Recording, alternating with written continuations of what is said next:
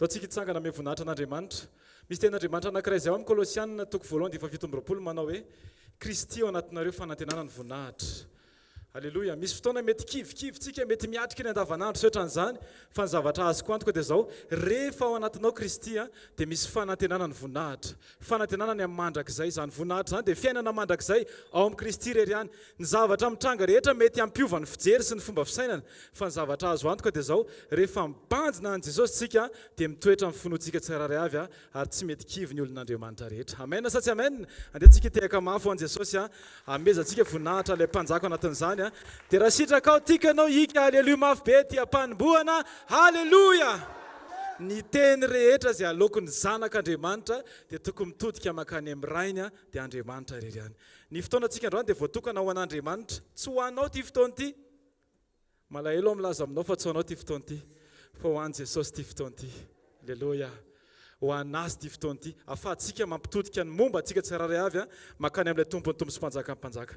Dia tsika maka ny Salamo fa 4:30 Salamo 134 ny 1:1 ka hatramin'ny 7 no vakintsika rehefa avy eo aorianan'ny vavaka. Salamo fa 4:30 1:1 ka hatramin'ny 7. Mialohany afahantsika mamaky ny tenin'Andriamanitra dia zao andeha tsika hivavaka mba hampanaiky ny fotsika amin'ny tenin'Andriamanitra rehetra. Hivavaka tsika ary. Ray amin'ny anaranao Jesosy Kristy mivavaka izay amin'izao fotoan'izao Andriamanitra manaiky ny fitondranao sy ny fitarianao. Misaotra anao zay Jesosy fa tsara ianao, misaotra anao zay Jesosy fa mendrika ianao, misaotra anao zay Jesosy fa ianao no matoy izao anay Andriamanitra. Misaotra ny amin'ny fitarianao, misaotra ny amin'ny tombonandro izay mbola omenao anay tsirairay avy Andriamanitra. Ninona endrika sy karazana lalana izay mety nandehananay dia teo foana ianao Jesosy Kristy ary ny tao amponao anay tsirairay avy dia fandresena, fahombiazana. Tena hoe fisehoam-boninahitra ny anaranao mandrakariva. Misaotra Jesosy fa ninona mety toetry ny fonay Andriamanitra dia tsy nampiova ny maha-Andriamanitra anao zany fa teo foana ianao nijery anay, namatsy anay, nampahita fitianay Andriamanitra, nanome anay zany tena lanja ny teninao isaky mivoaka ny vavanao zany Andriamanitra. Misaotra Jesosy ny amin'ny tsirairay avy izay afaka tonga eto amin'ity fitoerana ity amin'izao fotoana androany zao fa tonga eto izay Jesosy anome voninahitra ny anaranao amin'ity fotoana anao ity Andriamanitra. Misaotra izay Jesosy satria mbola avelanao ho anisany afaka manome voninahitra ny anaranao amin'izao fotoana izao Andriamanitra. Aoka ny vavanay, aoka ny fonay, aoka ny sainay, aoka ny fiteninay, aoka ny momba nay tsirairay avy Andriamanitra, tena hitodika makany aminao irery ihany. Satria Andriamanitra ny antom-pisiny mihitsy Jesosy dia tsy ho an'ny tenanay fa ho anao ilay mpanjaka ny mpanjaka sy tompony tompo. Iankohoka sy iondrika eo anatrehanao amin'ny fotoana rehetra. Ianao ny mpanapaka amin'ny fiainanay, ianao ny mpitarika anay, ianao ny mpanitsy anay, ianao ny mpanangana anay, ianao ny mpanamboatra anay Andriamanitra. Androany Jesosy dia miverina eto izay Andriamanitra eto amin'ity toerana ity ahafahanay Andriamanitra mampanaiky ny momba anay rehetra sy tsirairay avy eo am-pelatananao amin'ny anaranao Jesosy. Taontsika hisaotra an'Andriamanitra amin'izao fotoana izao. Asaiko ianao raha sitraka ao hisaora izy. Ankalazao ny anarany masina fa tsara ny tomponao fa mendrika Jesosy Kristy. Raha tsy miova omaly Seigneur mandrakizay. Asa rato mivavaka ao androany. Raha amin'ny anaran'i Jesosy ty androany Andriamanitra. Ampasahina Andriamanitra nijoroako eto ary asahiko miteny fa ianao no antom-pisiko Andriamanitra. Ary ianao no ambadiky ny fahombiazana rehetra izay hita eo amin'ny fiainako. Ianao Andriamanitra no nitarika sy mamatsy ary mitahirana tsirairay avy. Misaotra Jesosy fa ny tananao Andriamanitra dia vonona amin'ny fotoana rehetra te handray anay. Marina ohatra ny teninao izay milaza hoe izay manaton'atsy mba ho laviko mihitsy. Jesosy eo izahay rehetra ireo vavolombelona zany Andriamanitra. Zahay rehetra dia afaka miteny, afaka mijoro fa tamin'ny fotoana mety tsy nahatanteraka anay dia indro ianao Andriamanitra nanokatra ny tananao sy ny fonao ho fananganana ny tsirairay avy. Misaotra Jesosy fa fitiavana ianao. Misaotra Jesosy fa tena fitiavana tokoa ianao. Tsy hoe soratra fotsiny ianao Andriamanitra fa ianao mihitsy ilay fanehoana ny soratra, fahamarina ny teny ianao Andriamanitra satria ianao ilay teny tonga nofo Jesosy Kristy. Misaotra anao zahay fa isan'andro Andriamanitra dia vavolombelona foana eo amin'ny fiainanay fa misy Andriamanitra tsy mba manadino anay tsirairay avy. Misaotra ny amin'ny asany tsirairay avy na ho an'ireo izay mbola tsy manana asa fa mitady dia misaotra Jesosy satria izany no ampianarina ho anay hoe misaotra foana izay amin'ny fotoana rehetra fa izany ny sitrapon'Andriamanitra ray ao amin'ny Kristy Jesosy ho anareo. Misaotra izay Andriamanitra ny amin'ny zavatra mety tsy hananana, mety mbola tsy eo am-pelantanana. Misaotra izay Jesosy satria mety efa hitanao ny tanana efa mbola tsy vonona ary ny fonay mbola tsy ahazaka dia tianao izay Andriamanitra ho voatahiry ao amin'ny teninao fa tsy ho voahozongozony zavatra mety atolotra ao Andriamanitra. Misaotra Jesosy fa nandray misy zavatra tsy takatry ny saina mitranga eo amin'ny fiainanay Andriamanitra. Ampianarinao mihitsy zahay fa tsy amin'ny fatakaran'ny sainay Andriamanitra ny fandrosoana fa amin'ny fiankinanay aminao Jesosy ny fandrosoana. ny anaranao Jesosy isan'andro aoka ny fanenao masina no ibitsika eo amin'ny sofinay Andriamanitra ampianatra ny fonay ahafahanay manana fo endry mandrakariva mahatanteraka ny sitraponao amin'ny fotoana rehetra amin'ny anaranao Jesosy mitenena indray Jesosy fa mieno ny mpanomponao ary isaky ny miteny ianao Andriamanitra dia misy fananganana isaky ny miteny ianao dia misy fanovana isaky ny miteny ianao dia misy fiainana ny fahafatesana dia tsy tafajoro eo anatrehanao Andriamanitra fa niza na ahoana na inona endrika fahafatesana dia rehefa eo ianao Jesosy dia tahaka ny Lazarosy teny anankiray fotsiny hoe mivoa dia miala ny fahafatesana fa tonga amin'ny fananganana androany dia fotoana anankiray Andriamanitra hiakara ny fianam-panahinay any amin'ny dingana ambony kokoa Andriamanitra ahafahanay Andriamanitra maneho anao sy mahita ny hitanao Jesosy Kristy mba tsy ny hitan'ny nofo Andriamanitra no mamaiky anay fa ny hitanao amin'ny tontolom-panahy Andriamanitra no tazany tsara ray avy sokafanay ny tananay sokafanay ny fonay Andriamanitra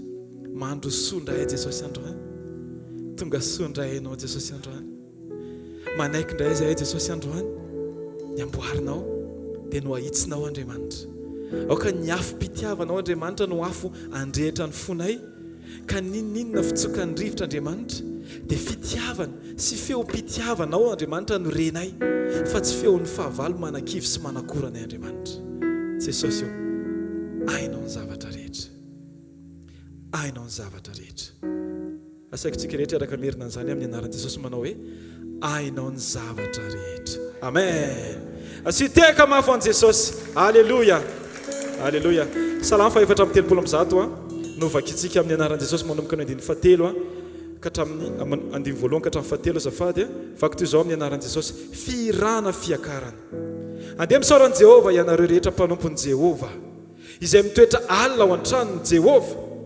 manandrata ny tananareo amin'ny fitoerana masina ka misaoran'i Jehova hitanao avy ny jionany Jehova mpanao ny lanitra sy ny tany amen asarato ny tananao andro andao tsika isotra an'Andriamanitra aza mijery akaviana mijery akavanana ianao fa sandrato ny tananao raha mety aminao sandrato ny tananao dia derao ny anaran'ny tomponao androany isaora izy ny amin'ny antsipiriam-piainana derao ny anarany fa masina ianao tompo fa tsy miovy ianao fa be fitiavana ianao nisaotra Andriamanitra ianao rery mendrika ny fisaoran'Andriamanitra tsy misy olombelona tsy misy nofo tsy misy voary mendrika ny isaorana mihoatra noho ianao Kristy fa ianao no matoy izao anay ianao le omaly ianao le ankehitriny ary ianao le mandrakizay Andriamanitra misaotra anao zahay Jesosy fa tsara ianao Andriamanitra alleluia aoka ny vavanay rehetra Andriamanitra tsy tsatra fa tena feno fisaorana anao anatin'ny vavaka amin'izao fotoana izao alleluia alleluia misaotra anao zahay tompo mendrika ny fiderany anao tompo asandrato ny tanao dia tao fisaorana feno fisaorana fotsiny alleluia aoka ny vavanao mihitsy ny anambara fisaorana aoka tsy nitonkira no anery anao isotra fa ny fonao mihitsy ny vonona ny isotra n'Andriamanitra androany alleluia alleluia fisaoranao anao ny fiderano anao le mendrika indrindra Jesosy Kristy ianao ny mendrika ny fiderana isan'andro alleluia anao ny saotra erampo anao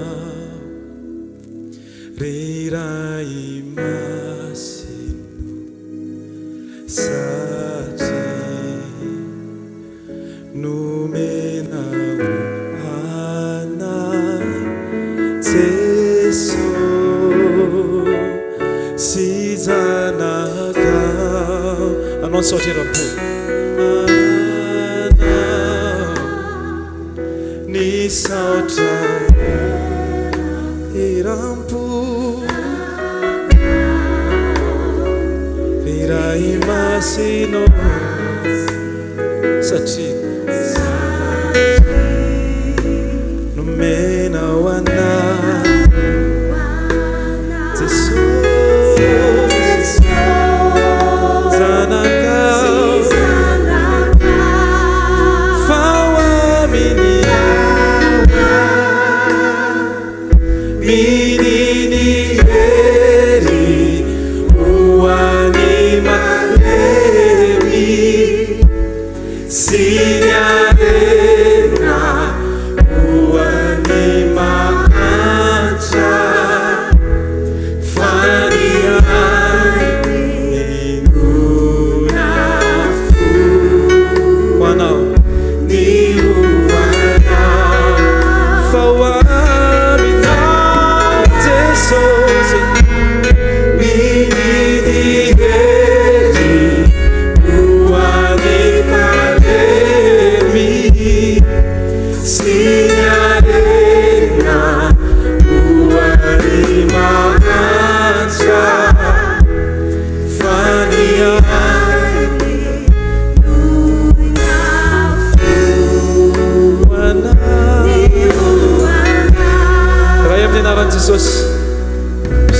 anao zay Andriamanitra fa tena hoe nafoinao ny zanakao ilay tokony ho famonjena ny tsirairay Andriamanitra ary rehefa nataonao tao amin'ny asa mpamonjenao daholo Jesosy Kristy ny lalana zay ahafahany tonga makany amin'ny fandresena Andriamanitra androany Jesosy ame voninahitra anao zay Andriamanitra ary idery ny anaranao Jesosy fa tsara ianao mendrika ny anaranao anao ny saotra eram ray masinao satria efa nomenao anay Jesosy anakao fa ho aminao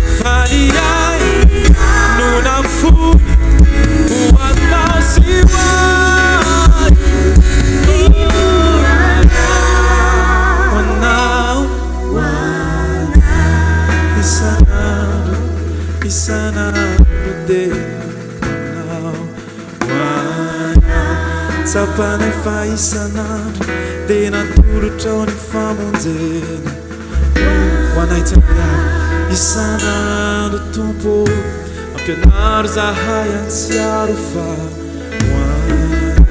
ho anay ny famonjena ho anay ny fahafana ho anay akoan'sainay Andriamanitra tsy fantoka amin'ny zavatra ny tany ny zavatra ny tany mampanadino ny tenin'Andriamanitra Andriamanitra ny zavatra saintsainay momba ny eto an-tany Andriamanitra mahatonga ny sainay tsy afaka misaintsaina ny teninao Jesosy Kristy fampianaro zay atateraka ny teninao zay milaza hoe sainy ny zavatra ny ambony Jesosy io ndreto zay Andriamanitra manapa-kevitra zay Jesosy faoka ny teninao Andriamanitra mitoetra betsaka ao anatin'ny tsirairay avy ianao mihitsy Andriamanitra ny tiana hitoetra ao anatin'ny tsirairay avy mitenena indray Jesosy androany fa isaky ny tenenao Andriamanitra dia mahazo aina ny fanahany Halleluja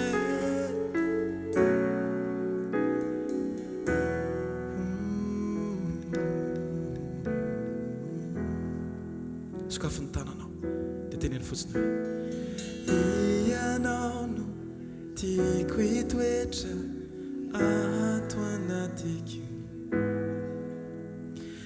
ianao tompono tiako anapaka ny foko aza vela isire ipantoerana foko manontolo anao ny foko anjaka tsika rehetra arakira zany dia averitsika zany amin'ny anaran'i Jesosy Kristy tena teny mihitsy hoe Jesosy fanapa-kevitra mihitsy zany Andriamanitra tsy dia mitokira loatra Jesosy fa za mihitsy Andriamanitra te hirany zany satria ianao no tiako ameny foko Jesosy ianao tiako hikasika Andriamanitra ianao rery Jesosy alleluia ianao tiako hitoetra ato anatiko ianao tompono tiako anapaka ny foko aza vela isire ipantoerana foko manontolo anao ny foko aza tsy ny fiadanana alleluia tsy ny fiadanana ianire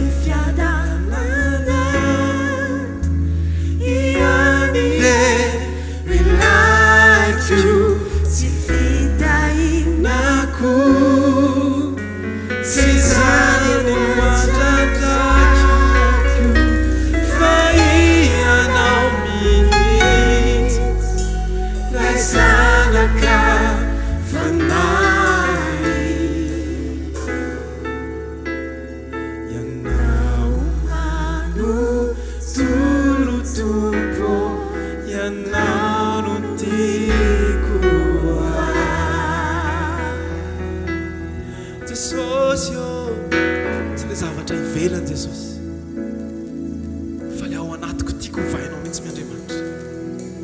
Le tsy hitan'ny olona Andriamanitra. Jesosy io. Fianao mihitsy Andriamanitra. No tiako ameno aho. Sokafy ny fonao andreo dia teniny mihitsy hoe Jesosy ianao no tiako ameno aho. Tsisy zavatra hafa Andriamanitra tiako hipahana ny foko sy ny momba ankoatranao Jesosy. Fa ianao irery ihany. Alleluia. Tsy ny fiadananao ihany ire milakio tsy fitahinako tsy zany no andrandraikio fa ianao mihitsy ray zanaka fanahy ianao manotolon-tompo ianao no tiako tsisy ankoatranao yes tsisy ankoatranao Jesosy tena mihitsy tsisy ankoatranao Jesosy ilaiko halleluja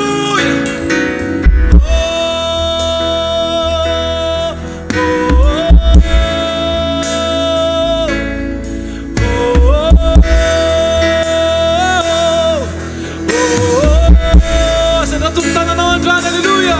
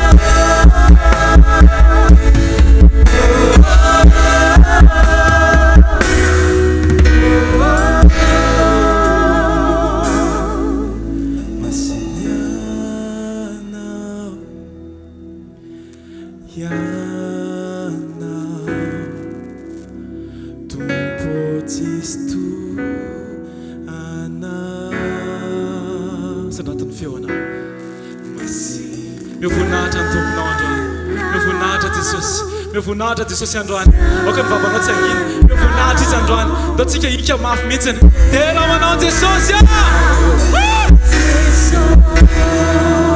masiny anao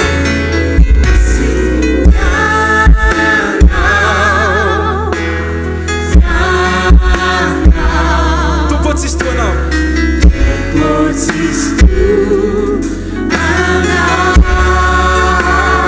masiny anao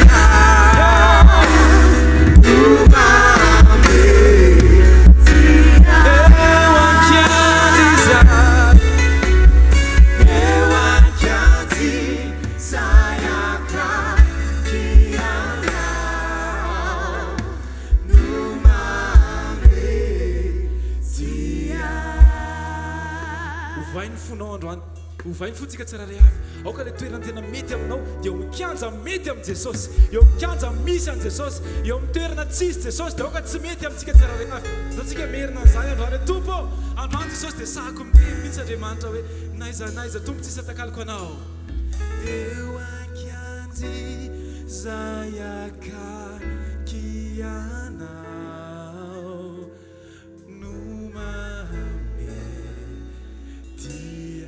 eo ankianjy zay mety hoe tongotra Jesosy fotsiny hitanao eo fa zay mihitsy eo ankianjy zay akaky anao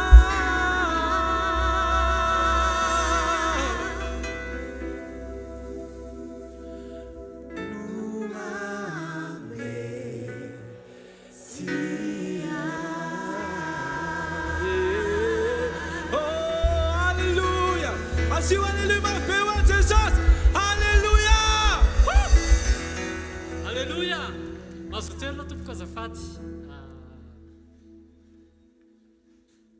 tonga fotoantsika mererina voninahitra any amin'i Jesosy any amin'izay nataony teo amin'ny fiainantsika tonga dia mandroso avy hatrandra laza azafady tompoko tamin'ny heriny any vehivavy dia androandray any lehilahy voninahitra ho an'i Jesosy ry any joroako vavolombelona eto ilay izy moa zany vavolombelona tao amin'ny tokantranonay nisy fotoana zay mivady nanao eko tany amin'ny teo 67 moa zany nanao eko zay dia nisy fotoana mivadiko nisy appendicite dia nisy hémorroïde interne dia za tamin'izay nisy calcul rénal 9 mm mahery teo eo dia hoe misotro rano visy ozy izy le olona dia misotro rano visy dia avy eo le izy tsy vita tso satria ratsy be ny tsiro le rano visy dia nisy fotoana miverina nanao eko indray mandeha dia mbola atao ihany le calcul dia hoe misotro rano visy ihany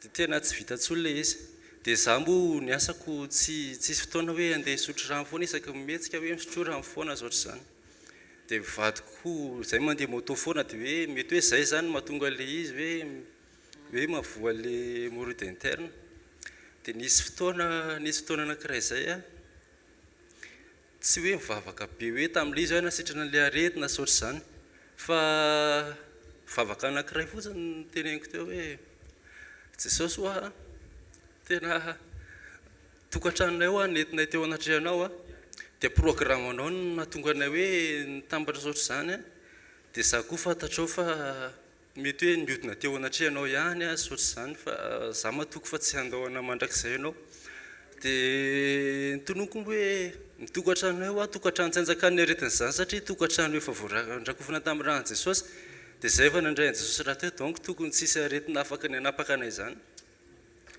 dia nisy fotoana amin'izay zay miverina nanao eko dia rehefa miverina nanao eko zay tsy haiko tamin'ny volana lasa teo angambany dia rehefa nanao eko dia za mbola ho zany hoe ntanao andrimo mandeha voalohany fa za tsy tia voalohany dia rehefa nataony anazy dia nijerevana dia tsisy tsony le appendicite aleluia dia avy eo koa le hémorroïde interne koa tsy nisy tsony aleluia dia le dokotera moa teny hoe tsisy problème izy fa tsara be daholo eo anatiny anazy dia za zany dia vitany anazy dia teo aloha dia hoe wow misaotra Jesosy fa tena avy aminao ny fanasitranana dia avy eo amin'izay dia teo amin'ny toroko amin'izay dia hoy ilay dokotera hoe alao jerevantsika daholo izy ny kibo rehetrarehetra dia mbola any hoe pancréas ohatr' izany dia za zany efa lina be ohatry ny ahoana eo amin'ilay rayon satria za efa tsy nanao an'ilay traitement ntsony hoe sotro rano visy ohatr' izany za koa tsisy fotoana isotroana rano be loatra dia hoy ilay dokotera hoe alao jerevantsika ny ato dia isa hoe any amin'ilay rayon aloha dokotera jerevana efa tsy haiko tsony izy zay ao dia nijereva le izy dia hoy izy hoe tsisy calcul ao izy ao tsisy ninina tsony ao tena voninahitra ho an'i Jesosy rery ihany fa tena hoe tsy nanao traitement le izy fa sitrana Jesosy dia voninahitra ho an'i Jesosy iza nanasitrana anao Jesosy Alleloia, andao itiaka ho an' Jesosy tsika fa izy no nanao an'izany rehetrarehetra zany a. Sitraniny avokoa ny aretina rehetra. Alleloia. Alleloia, voninahitra ho an'i Jesosy no afahako mijoro vavolombelona eto akaiky ny paster Sandatra. Dia voninahitra ho an'i Jesosy zavatra fintipitinina hozy izy teo fa zavatra tena hoe halan'ny olontsika no niferahantsika amin'i Jesosy aloha raha izay marina ny tenin'Andriamanitra. Dia manaraka izany tena hoe misy fanotronany tena hoe taonjobily ty taony ty satria avoakan'i Jesosy ny marina. Eny, avoakan'i Jesosy tsika satria hamarinina. Tsaroan'i Jesosy tsika naiza misy atsika.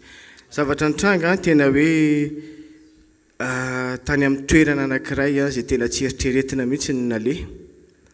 Fa ao anatin'ny sakoroka rehetrarehetra very daholo ny tenin'Andriamanitra. Korotana ny saina.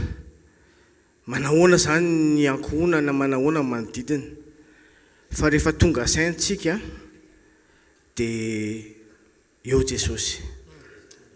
Mampahita teny izy mampahita fitsaharana izy ary mahita teny ianao hoe tsy manary anao zany Jesosy. Naiza dia fanamasina afaka manampy atsika. Fanamasina no mitondra atsika ao amin'ny fanahy satria Andriamanitra fanahy izy. Dia tena hoe tao anatin'izay fotoan'izay nanana fitsaharana. Dia ny zavatra rehetra rehefa nandeha dia tafavoaka. Zay ngamba ilay vavolombelona hoe sarotra moa manambara an'ilay izy exactement fa zay ny zavatra mitranga zany hoe misy manenjika anao misy le tsy tianao fa mila mamela an'ireny olon'ireny ianao. Mila tsy manozona an'ireny olon'ireny ianao tahaka ny nataon'i Jesosy fa tsy hoe tahaka ny Elia hoe andratsahanao afo ilay olona. Fa ny teny men'i Jesosy anahy dia hoe mila miambina mandrakarivo tsika dia mila tsy mamaly ratsy ny ratsy tsika dia mila miaraka amin'i Jesosy foana tsika naiza misy atsika. Dia voninahitra ho an'i Jesosy ireny. Alleloia, andao tsika itiaka ho an'i Jesosy. Alleloia. Misy baraingo vedabeany atsaitsika ny fa inona raha nitranga. Lasa nitendry violon izy indroa izy nitendry violon tamin'ny herinandro ity fa rehefa hoe nitsahatra nitendry violon, niditra violon zany fa rehefa hoe tao anaty fitsarana dia niseho ny fanotronan'i Jesosy. Iany tompoko. Alleloia. Voninahitra ho an'i Jesosy ny ijoroako vavolombelona eto efa ela ny tokony efa hijoro teto fa androany no fotoanany. En fait izy ity momba ny tokantrano koa.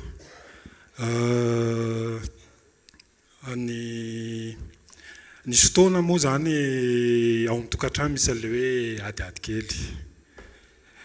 Ho an'ny tena manokana moa zany mizatra irina mba ho tanteraka ao amin'ny tokantrano nefa tsy tanteraka dia tianao tanteraka ao mivady aman-janaka ao dia tonga ao anatin'ny fotoana indraindray tsy izay ny zavatra mitranga fa mifanohatra amin'izay dia tonga alahelo ilay izy atao anaty. Dia tao anatin'izay efa ela moa zany ataoko hoe 7 taona mihitsy ary ny tena marina ny nisy an'izay ohatrany hoe lasa ohatrany tsy ampy ny communion nay mivady. Dia atsapa hoe ao anatiko hoe tsy sitrak'Andriamanitra ilay fiainanay. Misy zavatra be dia be ny ainana teo ny asa sy ny karazany teo mety nisy fitahiana fa tao anatiko zany tsy dia tena resy lahatra satria ohatrany hoe mipetraka ao amin'ilay hoe lehitra ilay zavatra ataoko atao anatiko hoe tsy akasitran'Andriamanitra zao fiainana izao. Dia nisy fotoana ilay zanalahelo dia niezaka nangataka tamin'ny tombo hoe ampio ao mba tiako moa ny teny amin'ny sekoly sy isaorana ny tompo ny fanomezana ny sehatra ahafahana mandray foana isan'andro dia niezaka nizatra manginy tompo anahy dia ny fony Jesosy. Fony Jesosy araka ny hoe izy le feno voninahitra ny hita nanaka ny toerantsika mba hampiakatra antsika eo amin'ny toeram-boninahitra dia ireny tena hoe mila mamela. Mila mihetra mety be dia be zavatra mety nampahafantaran'ny tompo aho fa vady aman-janako mety tsy mahalala ilay zavatra hoaniko aty amin'ny sekoly sy aty amin'ny any dia hoe hotereko anaraka an'izay. Dia lasa izay aloha nicréé alahelo tato amiko dia tena hitako hoe tsy akasitrahan'ny tompo ilay izy ary tena zaho foana martelena tao anatiko.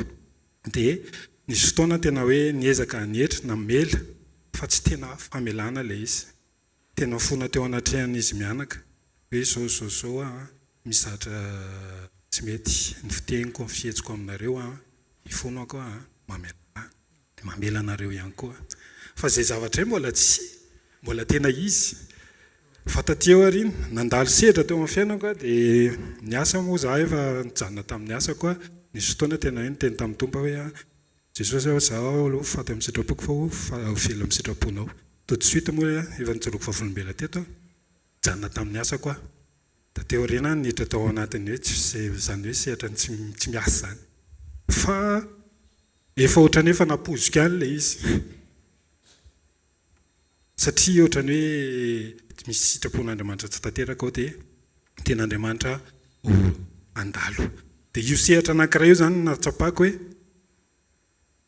Andriamanitra nanome an'ilay fanomezam-pahasoavana fa amin'ny fotoana anankiray koa rehefa miditra amin'ny sehatra manaraka ianao hoe tsy ilay nomeko anao io izy fa ilay fiarahako aminao isan'andro zay ny tena important dia tamin'ny fotoana io zany tena nitefen'ny tompo mihitsy mifoaka hoe mila mietra ianao dia niverina ny famela tamin'ny vady aman-janako dia tena nangataka tamin'izareo hoe tamin'ny fitiavana ho anina tonga nananao an'ireny ilay fihetsika sy fiteny ireny fa tsy haiko amin'ny mampita an'ilay izy fa ifonako aminareo raha nandratra anareo fa eo anatrehan'i Jesosy sorena taminareo diso foana ho aza fa zao mba angatahako aminareo mamela aho fa eto mavaka aho fa ampitiavana reny zavatra rehetra reny manomboka izao tsika hoe ezaka tsy hiady intsony dia tena teo anatrehan'i Jesosy dia nivavaka izay dia nifamela tena famela au fond mihitsy nandoalaka teo anatrehan'izareo dia juste après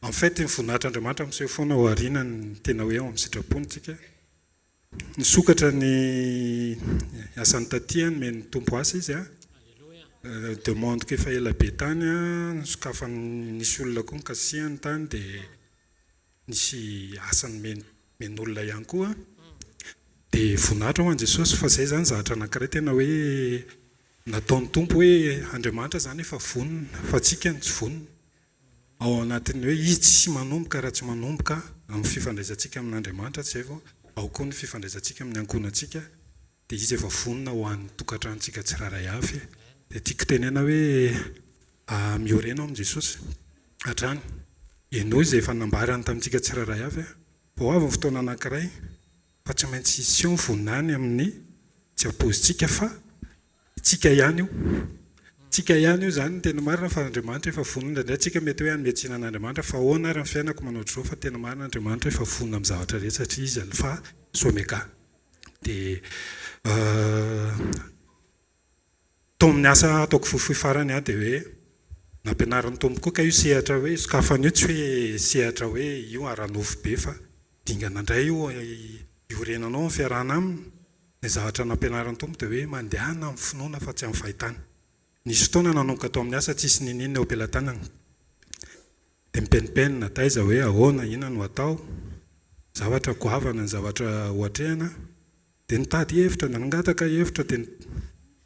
hevitra tamin'ny mpanompon'Andriamanitra hoe inona ny tokony atao fa ajanoko ty zavatra ty fa ohatra ny lasa mampenipenina anahy dia niteny fotsiny izy hoe mandrosoa tao anatin'izay teny izay dia nandroso amin'ny tsisy ninina fa tao ambadika izay be dia be ny zavatra nitranga tao anatin'izay olona kasihan'Andriamanitra nanampy dia afaka nandroso vita ny asa misy fotoana tena hoe izay mihitsy ilay izy hoe ary tian'Andriamanitra ho zaraina amin'ny mpiara-belona amintsika ilay izy tsy hoe amintsika amin'ny maha-kristianantsika fotsiny fa ho an'izao tontolo izao be dia be ny olona miara-miasa amiko amin'izao tontolo izao fa tiany tompo ho hitan'ireo fiainana ho hitan'ireo olon'ireo ny voninahitr'Andriamanitra satria rehefa mivavaka dia nitazomiko tato amiko tsisy vola angety asa ty ry zalahy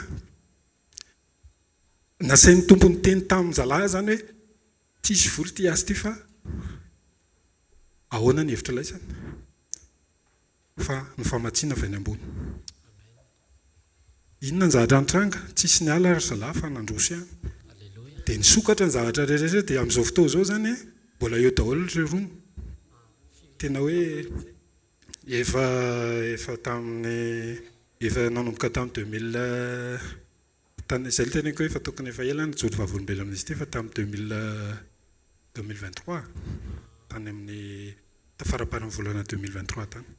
Dia voninahitra ho an' Jesosy fa tena izay ilay antom-pisitsika zany hoe ao anatin'ilay izy hoe sehatra ny sokafan'ny tompo ilay izy na mivadoka ary any amin'ny asany any dia katsanina koa. Dia izy hoe mandrosoa fotsiny fa tsy maninona arakan'ilay tena mpanampanamanao mandrosoa fa ao anatin'ny lalana fanefiantsika amin'izao a. Dia tena izay mihitsy no amin'ny asa hoe tena hoe tiako tenena mpandraharaha zany a, tsy hoe sehatra fotsiny dia hoe iram-bola fotsiny amin'izao. Fa lalam-panefiana ilay izy ho antsika amin'ny tanjon'Andriamanitra tena marina dia hoe tsika ho voatefy ho fantsym-pitahiana ho an'ny hafa ihany koa. Dia makahery antsika tsirairay avy fa raha mbola Jesosy no hitoky antsika na tany amin'ny hoe tenena morotevana izy tsy manary, misy pasteur zay hoe tena hoe tsy manary bandekama zay izy. Tiako tenena hoe tiako tenena zaraina aminareo zay a, dia mahereza amin'ny fiarahana amin'ny tompo fa tena be fitiavana ny tompo ny tena marina dia miorena hatrany farany a mandra-piavina eny amin'ny raolanitra. Fizona vavolombelona farany a ny pasteur Sokrato. Eratsy ny pasteur Sasatra fa tampotampoka foana tratra farany. Voninahitra Andriamanitra rery any a. Ty moa zany tranga vo tamin'ny maraina mihitsy no ana dia miresaka amin'ny pasteur Frank eo dia andana mijoro vavolombelona ozy izy fa mety misy olona mila an'izany ao. En fait maly zany nitaritin'ny tompo tao anatin'ny fivadikanina. Dia mandeha ny fivadikanina dia tonga ny atoandro dia miantso anazy dahako hoe misy convocation dadatoany amin'ny gendarme aty ozy izy fa nanao chèque sans provision anaty fivadikanina ianao zany dia chèque sans provision hono. Dia tonga dia takatro ilay izy zany tao anatin'izy tonga dia tena fanamaso hoe mifatoha fa perturbation anao ao anatin'ilay fiombonana ilay izy. Dia tena izay ny tena ijoroako vavolombelona hoe mipetraka ny fihedarana tsisy tonga dia hoe mipanika hoe inona ny tokony atao na iantso an'iza na iantso an'iza. Misy olona fantatra misy zoky misy inona ao amin'ny gendarme tena saika hoe iantso an'ny papa ary zay koa le ao anatin'izy hoe papa say mba eto-bavaka fa ohatra zao ka andro izy niantso anahy izy niantso anahy hoe ampiadarana Sokrato nanana dia zaho saika tsy hizaran'ity zavatra ity ihany fa zaraiko amin'ny papa ihany hoe vao eo zaho dia natsony zodahako hoe nahazo convocation hoe nanao chèque sans provision dia makany amin'ny gendarme rapitra. Dia tonga dia nizaraiko taminazy moa zay zavatra zay hoe fa zaho mitoetra amin'ny fiadarana ao fa mino fa perturbation an'izao zavatra zao fotsiny nataony dia voly fa rehefa tena mifantoka eo dia tsy mahita ninninina izy. Dia tonga tany amin'ny gendarme moa zany tamin'ny maraina dia vao niditra dia tonga dia ianao zany le anina dia dona ozy izy le anina tonga dia milamina.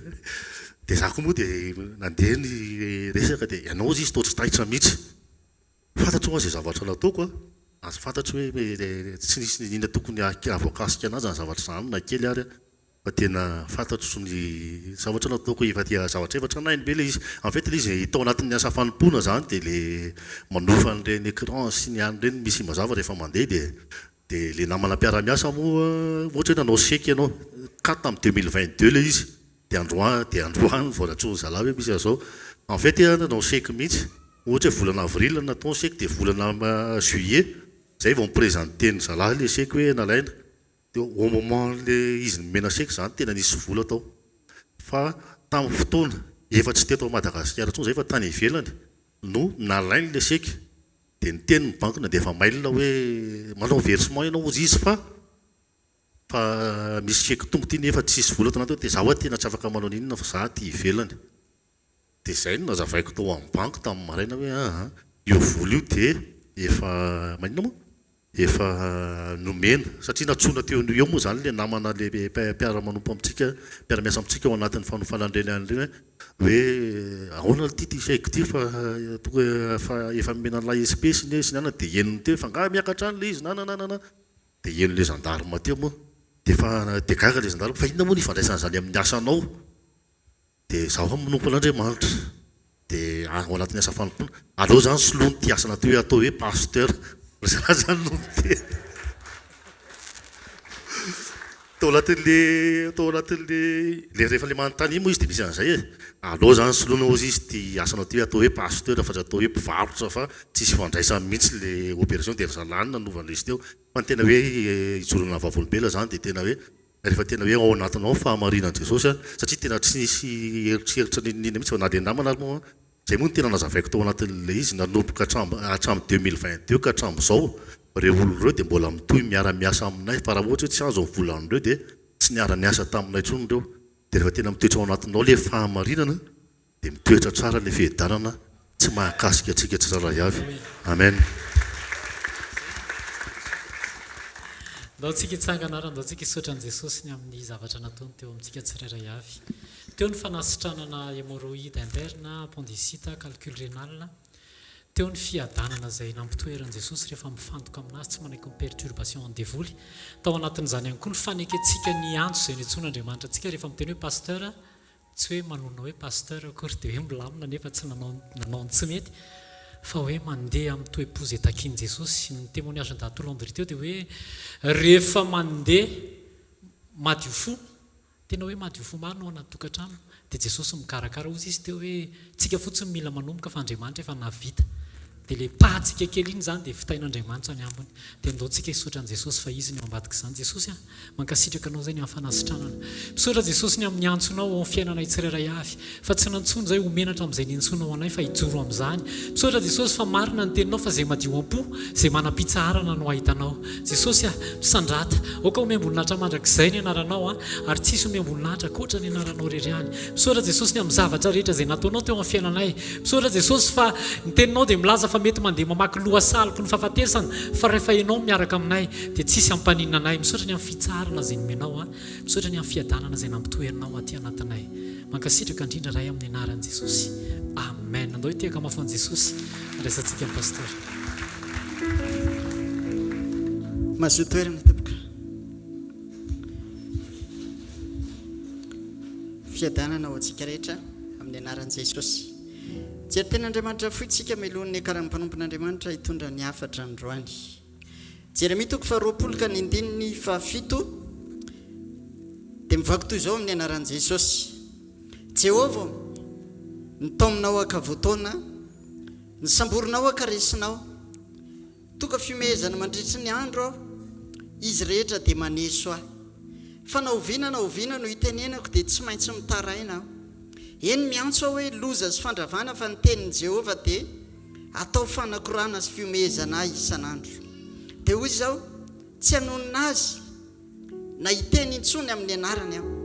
Nefa izany dia tonga toy ny afo mirehatra atao am-poko, voahidy atao amin'ny taolako, ary sasatry ny miaritra aho ka tsy mahazaka. Amen. Jeremia mpaminany no miteny eto.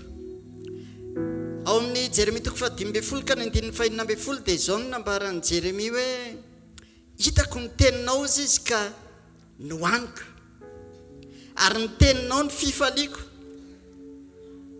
sy firaviravon'ny foko.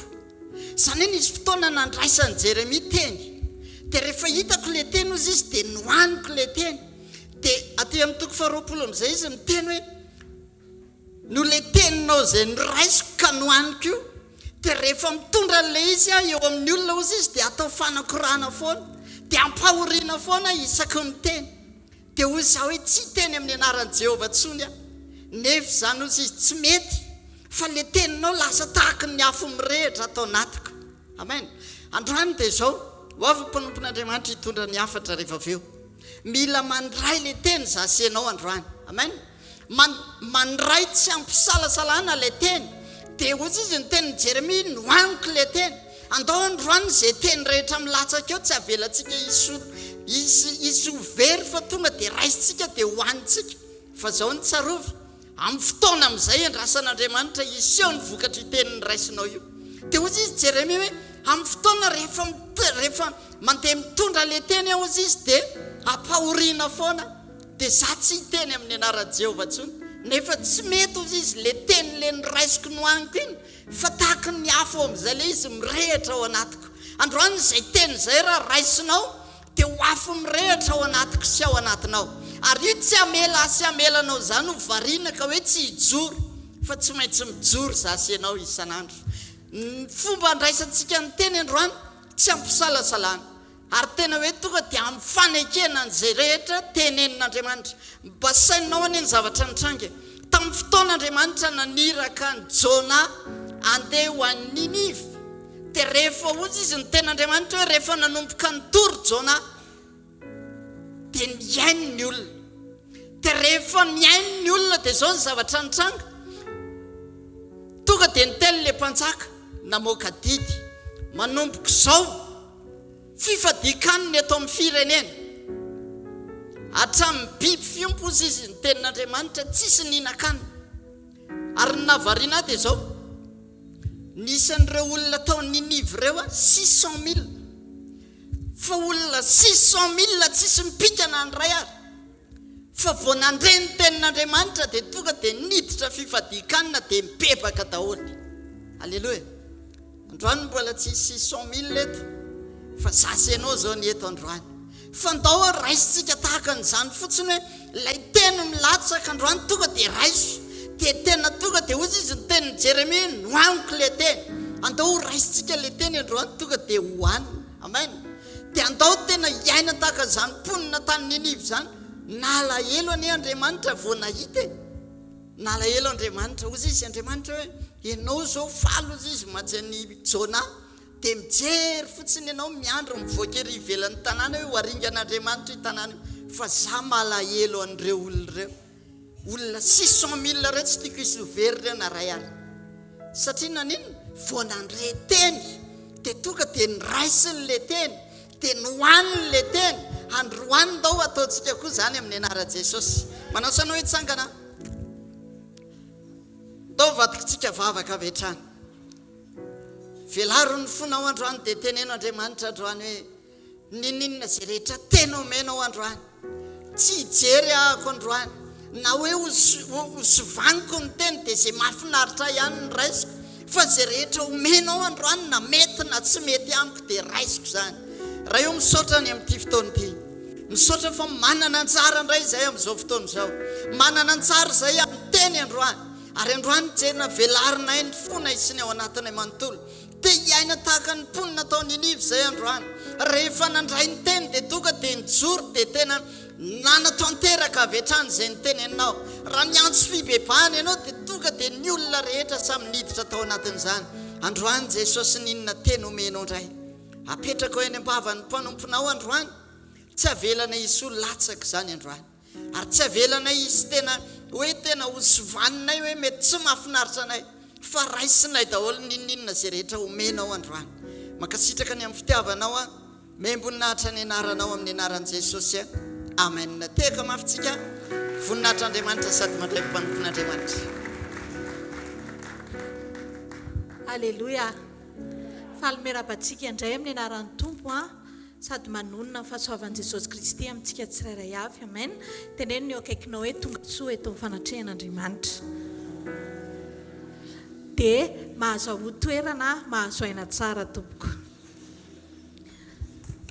Zavatra tiana hozaraina anaty fotoana fohy androany dia ny ananantsika an'izany tena hoe fatokiana an'Andriamanitra. Misy fotoantsika manompo an'Andriamanitra, miaraka amin'Andriamanitra, nefa indraindray ohatran'ny kivikivy eny ihany. Indraindray rehefa mandeha ny fotoana, mandeha ny volana, mandeha dia ohatran'ny hoe reraka zany.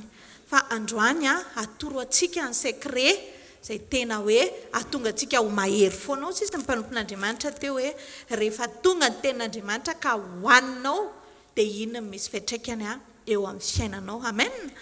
Raiso ny baibolinao Matthieu 7 ny 2 dia mivakito izao amin'ny anaran'i Jesosy manao hoe arindro nisy lehilahy iray marary ny paralisia sanandry tamin'ny fandriana nentin'ny olona teo aminy. Ary Jesosy nahita ny finoan'ireo dia nanao tamin'ilay marary ny paralisia hoe matoki anaka vao vela ny elokao. Amen. Inona ny zavatra nitenenin' Jesosy tamin'ny olona io? Tsy hoe manaova fanatitra aloha na andana makerina fotsy izy matoki. Midika zavatra be dia be izany tenin' Jesosy zany. Matoki anaka ozy izy vao vela ny elokao. Izany hoe eloava amin'ny fatokiana efa nisy fibebahana tao. ny olona matoky an'Andriamanitra dia olona vita fibebahana amin'Andriamanitra. Jesosy nilaza tamin'io lehilahy io hoe matokio izy anaka vao velany eloka ao. Zany hoe tsika izany indraindray manakatra an'izay fatokiana izay atoky an'Andriamanitra tena amin'ity zavatra mitranga anankiray ity tena eto aho vao tena asehoko an'Andriamanitra mihitsiny. Kanefa n'ilay izy indraindray tsy mipetraka satria nahoana tsy ampy ilay fifandraisanao amin'Andriamanitra, tsy ampy ilay fibebahanao anatinao, tsy ampy le fiainam-panahy vokatry ny fanahy ao anatsika. Ny mahatonga antsika anana an'izany fatokiana izany ny tiavan'i Jesosy anana an'izany dia izao hoe rehefa ny olona anankiray manana fatokiana an'Andriamanitra dia lasa mitahiry ny finoana. Zareo Jesosy indraindray fa miteny foana izy amin'ny olona finoana ao na fonjenao. Ohatrany hoe misy zavatra izany takian'Andriamanitra, fatokiana, finoana dia ireo nefa mila mipetraka aloha. Mila koa tsika rehefa manana an'izay fatokiana izay dia lasa afaka manantena an'Andriamanitra. Manantena azy tsika eo amin'ny fiainantsika iray manontolo dia na dia mandeha mivavaka ary tsika mandeha manompo an'Andriamanitra dia tsy lasa ohatrany hoe mahazatra fotsiny. Tonga ny zoma, tonga ny sabotsy, tonga ny alatsinainy dia mandeha fotsiny. Fa rehefa matoky an'Andriamanitra ianao dia efa manana fiandrandrana velona ao anatinao hoe tena fantatro indray izao fa manantena an'i Jesosy ahako miandrandra azy amin'ny fiainako iray manontolo. Rehefa matoky an'Andriamanitra ihany koa ny olona dia lasa manala an'ireo fanahiana rehetra mba tena hifikitra tsara amin'i Jesosy. Ndraindraiky hoe mahatonga ny ady le tsika tsy mifikitra amin'i Jesosy fa mifikitra amin'olona. Dia eo mahatonga an'le fanolora tena tsika tavela indraindray satria manantena olona fa tsy manantena an'Andriamanitra. Fa rehefa tena matoky an'Andriamanitra ianao dia very daholo ireny fanantenana olona ireny. Dia indraindray mahatonga anao miady amin'ny olona satria nanantena ianao, nanantena an'ilay olona ianao dia tsy nataon'ilay olona ilay izy dia malahelo ianao dia lasa manoty ianao. Indraindray na eo amin'ny toetran'ny olona ary. Misy olona indraindray antenainao hoe iny olona iny ohatran'izao dia nefa ilay izy tsy nameraka an'izay tadiavinao satria natoky an'ilay olona ianao dia jereo fa lasa mitondra zavatra hafa ianao lasa mavesatra, lasa malahelo, lasa manana lahelo dia lasa mitombo ny zavatra satria natoky olona ianao fa tsy natoky an'Andriamanitra. Eo amin'ny fiainana andao hianatra tena atoky an'Andriamanitra. Ao amin'ny Samuela voaloha toko fahatelopolo ny andininy fahaenina vakitsika ny trano. Samuela voaloha toko fahatelopolo ny andininy fahaenina ka hatramin'ny fahavalo dia rehefa tratrana ady tratrana olana ry Davida dia teo daholo dia ny olona rehetrarehetra nitady tonga dia tezitra ohatran'ilay mahazo antsika ireny. Rehefa tratrana problème tonga tapika ny facture ny jirama ohatra dia mbola tsy disponible ilay volan-dovana azy dia tonga dia misy zavatra miakatra na misy zavatra ohatrany hoe rehefa tratran'olana ireny. Fa Davida teto andraisantsika fampianarana dia izao tsy nandeha nitady olona izy arak'ilay fahavolombelona nentin'ny pasteur Rady teo betsaka ny olona fantatra fa izao aleo hifantoka amin'Andriamanitra. Rehefa mifantoka tamin'Andriamanitra Davida dia nitodika tany amin'Andriamanitra izy niteny tamin'Andriamanitra hoe inona ny tokony atao. Rehefa manana an'izay fomba fijery izay tsika dia tadio tsara fa tonga dia eo Andriamanitra dia miasa. Satria rehefa nanontany an'Andriamanitra Davida hoe inona ozy izy ny tokony ataoko, andeha ve za nenjika an'ireto sa hijanona, dia ozy izy Andriamanitra hoe mandehana enjeo ozy izy fa tratranao. Hitanareo ny olona matoky an'Andriamanitra dia tsy mba matoky amin'ny hazo boboka izany. Fa ianao rehefa tena matoky an'Andriamanitra dia atoron'Andriamanitra ny lalana tokony alehanao. Zavatra andrasan'Andriamanitra amintsika dia ny atokisantsika an'Andriamanitra, ilay tena fatokiana totalina, ilay tena hoe ity Jesosy dia tena atoky anao amin'io zavatra io. Misy fotoana indraindray mieritreritra ianao hoe misy olona nampy anao averiko foana izay dia rehefa tsy nanampy anao ilay olona dia lasa tsy tianao intsony ilay olona satria ny antony nanantena ianao an'ilay olona. Ohatra hoe misy olona izao miteny anao hoe etoako ny fianaranao na ataoko an'izao dia avy eo ilay izy tsy nataony dia ohatrany hodiny tsy fantatra izany akory ianao. Na ohatra hoe etoka any amin'ny restaurant ianao na tsy haiko hoe ilay zavatra fampanantenana ireny na koa hoe ho alaiko vady ianao dia ny tena mahatonga anao tezitra satria ianao natoky an'ilay olona le tena izy mihitsy eny efa nampananteny fa adinonao no natoky an'Andriamanitra dia izay no natonga anao lasa tezitra, izay no natonga anao lasa nalahelo. Fa ny ho an'ny olona matoky an'Andriamanitra dia tonga dia izao ny fiteniny hoe misaotra Jesosy ny amin'ny zavatra rehetra, fa misaotra betsaka fa matoa iny izany tsy nakavady anahy dia tsy iny ny anjarako izany, dia samy vita. Dia ohatr'izay izany ny zavatra tokony ananantsika eo amin'ny fiainana, satria ao ambadiky ny fatokiana dia jereo fa misy valony foana, tsy mitondra ny ady eo amin'ny nofo. Ny olona matoky an'Andriamanitra dia tsy mitondra ny ady eo amin'ny nofo izany hoe ry manao anahy dia valiako, ny vadiko miady amiko dia ataoko koa na mandeha ara-nofo, fa tokony mitondra ny ady izay lalovantsika eo am-pelatanan'Andriamanitra. Ahoana raha ny ataoko raha te hatoky an'Andriamanitra? Izany indray ohatrany tsy mety matoky mihitsy fa maninona izany tsy matoky an'Andriamanitra mihitsy? Ny antony mila manana famorapanahy tsika. Izany famorapanahy izany dia fahalemem-panahy. Rehefa manana fahalemem-panahy ianao, ilay fahalemem-panahy tiako tenenina eto tsy ilay hoe ianao miondrika dia ianao mangina dia ianao tsy izay, fa ilay famorapanahy tiako resahana androany dia izao hoe mifaneken'ny fanahinao anaiky mora ny ao anatinao, anaiky sy akatoa ny sitrapon'Andriamanitra. Rehefa manana an'izay famorapanahy izay ianao hoe inona ny tenenin'Andriamanitra dia inona ny ataoko, dia ao anatin'izay zavatra izay dia manomboka mitoetra ny fatokianao an'Andriamanitra. Betsaka ny olona tsy manaiky ny tenin'Andriamanitra izy rehefa amin'ilay zavatra tiany. Rehefa amin'ilay zavatra tiany iny dia tsy mety manaiky an'Andriamanitra izy, satria eo amin'ilay zavatra tsy tiany ialana.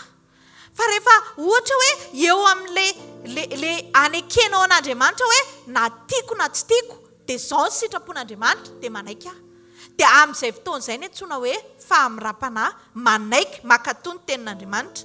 Ny fatokiana an'Andriamanitra dia izao, tsy afaka ny atoky an'Andriamanitra ho mpanasitrana kansera ianao raha ohatra ka tsy anaiky hitsiny ny tenin'Andriamanitra, hiala amin'ny fahazaran-dratsy. Dia izay mahatonga antsika tsy mety misy zavatra tsy hinoantsika an'Andriamanitra mihitsy. Misy zavatra izao tenenin'Andriamanitra aminao hoe ho lehibe ianao, efa ela izy ny teny izany, lehibe ianao fa tsy kely, ambony ianao fa tsy ambany, ohatrany. Dia izao tsy mety hatoky an'izay mihitsy ianao satria misy tenin'Andriamanitra tsy mety ekenao mihitsy. Dia izay ilay tiako tenenina amin'ilay hoe famorapanahy. Rehefa ny olona manaiky fitaovana tsara eo am-pelatanan'Andriamanitra, anaiky izay lazain'Andriamanitra, dia mora be aminy manaiky ny fiasan'Andriamanitra. Tonga dia mora kely amin'ilay olona ny hoe vitan'Andriamanitra io zavatra io. Ka noho izany matoa tsy feno ny fatokiantsika an'Andriamanitra dia satria tsy feno ny fankatoavana sy ny fampiainana ny tenin'Andriamanitra. Misy fotoana ianao tsy miaina ny fitsarana ao an-trano, fa indraindray be fanahiana amin'ny fiainana. Ahoana tira izao mitranga rapitso, satria nahoana tsy matoky an'Andriamanitra ianao, tsy matoky ianao satria misy tenin'Andriamanitra tsy ekenao mihitsy. Dia tsy afaka anaiky an'Andriamanitra izany mihitsy tsika. Fa rehefa manaiky ny tenin'Andriamanitra ianao dia manaiky automatika atoky an'Andriamanitra. Jerenareo tsara Jesosy feno fankatoavana be an'Andriamanitra izy. Dia izao alaivo sara tsaina raha ianao no eo amin'ny toerana hoe izao ampidirina ilay fasana aloha ianao 3 andro, dia rehefa avy eo ianao atsangana indray kalma fotsiny ianao fa izao ny testa tsena ataonao 3 andro ianao izany hozy izy Andriamanitra masina Jesosy marina izany, 3 andro ianao miditra ao anatin'ny fasana, fa après avy eo ianao mitsangana. Raha ianao no eo amin'ny toerana mbola atoky ihany ve ianao? Fa jereo tsara Jesosy Kristy izao ny fiteniny, za tia ny ray ozy izy satria za manao izay sitra ny mandrakariva. Dia izao tsy nanana tahotra izy hiatrika an'izany zavatra izany, tsy nanana fanahiana izy fa fantany hoe matoky an'Andriamanitra fa za tsy maintsy mitsangana afaka 3 andro any ny fotoana, any aloha any Galili, any ny fotoana. Fa ilay tsara tsena hoe indraindray tsika misy zavatra kely mitranga eo amin'ny fiainantsika, iny dia fa raraka. Aiza ry aniny tsy hita, satria nanino reradreraka hono, zavatra kely mbola tsy fasana indray alina akory. Neny Jesosy teto ho kapohana eo amin'ny hazo fijaliana ianao, ataon'izao ianao fantatra Jesosy tsara zatria hitranga amin'izany fa tsy hoe tsy napotsiko izay le sedra fa rehefa nitranga moa le izy dia rehefa vita izy fa efa fantany tsara mihitsy hoe hiatrika an'io zavatra io izy fa ahoana ny nanana ny forsa hidirana amin'izany satria feno fankatoavana ny tenin'Andriamanitra izy. Amen. Eo amin'ny fiainana mahatonga anao lasa very ny fatokianao an'Andriamanitra satria tsy mankatoa tenin'Andriamanitra ianao. Tsy manaiky ianao akatoa an'Andriamanitra amin'ny teniny dia tsy mety mankatoa an'Andriamanitra ianao. Andeontsika hianatra akatoa an'Andriamanitra. Jereo tsara hoe inona ny hery tao anatin'i Jesosy andehanany eo alohan'ny fasan'ny Lazarosy izay efa maty 4 andro. Inona ny hery nananan'i Jesosy ao anatin'izany dia ny fienoany ny tenin'Andriamanitra. Alaivo sara an-tsaina hoe ianao raha misy marary antsika any amin'ny croisade reny indray aleo tsy hizesy taloha. Rehefa tena hita hoe kobaka be ilay olona dia io kira vavy ndraindray misy kely an'izay ihany na dia hoentina fotsiny aloha alefaso fa tsy maninona fa ndraindray aritsika tena ohatrany hoe tsy atoko izany hoe ahoana ny tsangana ty olona ty nefa ny olona mbola miaina. Nen Jesosy ny efa natory efa maty efa 4 andro tao anatin'ny fasana fa mbola natoky an'Andriamanitra ihany izy hoe ndao amin'izay dia hanangana ny Lazarosy satria tsisy ninninona tsy afahan'Andriamanitra tsy afahan'i Jesosy atoky an'Andriamanitra satria izao tsisy ninninona tsy afahan'i Jesosy akatoa an'Andriamanitra. Dia hitanao amin'izay ilay izy eo amin'izay tsika mametraka fanontaniana hoe hitako ny nararaka. Amen. Rehefa hitanao ny nararaka anao dia mitsangana amin'izay ianao rehefa avy eo manomboka eto za aloha tsy hanakatra atoky an'Andriamanitra amin'inona amin'inona fa ny zavatra ataoko izao dia ny akatoa an'Andriamanitra. Hianatra anakatra akatoa an'izao Andriamanitra ivavahako izao inona ny zavatra ataon'Andriamanitra inona ny lazainy tamin'ny teniny reto tsy mety izay ilay teneniko teo hoe ny faneken'ny fanahinao anaiky mora ny ao anatinao anaiky akatoa sy anatanteraka ny sitrapon'Andriamanitra. Izany hoe tsy manaiky fotsiny fa makatoa ny sitrapon'Andriamanitra. Dia izay natao hoe fatokiana mipetraka. Andriamanitra dia tsy namelanao hiasa saina amin'ireo fanoherana be dia be mitranga eto amin'ity fiainana ity fa ny zavatra takian'Andriamanitra aminao dia ny anao ny sitrapony ihany anaiky zavatra angatahany aminao. Misy tena Andriamanitra izay hoe izay mandany heriny ozy izy dia alafiro. Tena lasa ny saiko izay teny izay tamin'iny herinandro iny hoe tena marina izany. Tsika izany tsy manana safidy hoe amin'iny ka anankiray iny za tsy hatoky an'Andriamanitra satria orin'ny finoko iny fa ianao izany alohan'Andriamanitra raha vao tsy mahatoky ny heriny. Dia tsika izany tokony miazakazaka atoky azy fa tsy miandry an'ilay sitrapontsika hoe ny sitrapoko amin'ny heritaona vao atoky an'Andriamanitra fa ny Baiboly miteny fa izay mandany herin'Andriamanitra ozy izy tsy mino ny herin'Andriamanitra ty teneny dia alaviro. Izany hoe tsy isan'ny olona hiaraka amin'ny Jesosy izay mandà ny herin'Andriamanitra. Dia za zany tsy maintsy miazakazaka miditra ao amin'izay fatokiako an'Andriamanitra izay satria ho lavin'Andriamanitra raha sanatria ka mandà ny herin'Andriamanitra. Tsotra be ilay izy mangataka amin'Andriamanitra hoe ampianaro atoky anao amin'ny alalan'ny fankatoavako ny teninao. Zava-tsarotra atrehantsika be dia be fa izao mila tsy atao misarika amin'ny fifatoantsika ireny fa ny fifatoantsika atao misarika any amin'ny sitrapon'Andriamanitra. Jesosy ny teny fa tsy tonga anao ny sitrapoko aho izy fa tonga anao ny sitrapony izay naniraka. Alaivo sara itsana ngeza amin'ny fitenin'i Jesosy izany Jesosy olona tany an-danitra olona lazaina fa tsy nanatsiny nefa mirehare fatratra izany fitiavany an'Andriamanitra sy ny fanaovany ny sitrapon'Andriamanitra izany. Zavatra tsotra ny angatan'Andriamanitra amintsika hiainantsika amin'ny tenin'Andriamanitra. Rehefa miaina amin'ny tenin'Andriamanitra tsika dia tena tonga dia mino an'Andriamanitra automatika. Ny toe-po araka an'Andriamanitra izany ny tedavina dia natao azaka. Rehefa manana izay toe-po araka an'Andriamanitra izay tsika dia io toe-po araka an'Andriamanitra io mazaka ny zavatra rehetrarehetra. Mazaka olona matefarana, mazaka anazy atory ao anaty fasana 3 andro dia mitsangana rehefa avy eo, mazaka zavatra be dia be, mazaka mandoa fakturan-jiro, mazaka fanoherana be dia be rehefa ao anatinao ilay toe-po araka an'Andriamanitra. Fanamahery no menanao izy ny tenin'Andriamanitra ao amin'ny Timoty 2 Timoty 1:7 dia ozy ny tenin'Andriamanitra hoe fa tsy nomen'Andriamanitra fanahosika fa fanamahery sy fitiavana ary fahonoana tena. jereo tsara ny tenin'Andriamanitra, ny herin'Andriamanitra dia misetrasetra ao anatin'ny olona mahony tena. Izany olona mahony tena izany le nilazaiko teo, miaina araka ny sitrapon'Andriamanitra. Fa tsy hoe rehefa te hanambola ianao dia mamitaka. Fa mila mahony tena ianao satria izay nilazainy tenin'Andriamanitra teo hoe fa tsy nomen'Andriamanitra fanahozy isika fa fanamahery, fitiavana ary fahonoana tena. Ny herin'Andriamanitra veriko indray dia misetrasetra izy ao anatin'ny olona mahony tena. Ny hoe mahony tena dia toe-panahy tsy mora miaino ny feon'ny filanofo fa kosa mandeha eo ambany fitarihan'Andriamanitra. Izay ny atao hoe olona mahony tena. Be dia be ny zavatra tianao atao raha maha-olona anao. Te aketsy ianao, te akeroa ianao, te atory ianao, te akahaly ianao, te be dia be. Fa zao ny olona mahony tena dia olona tsy manaika ho entin'ny filanofo fa olona manaika ho taritin'Andriamanitra. Amen.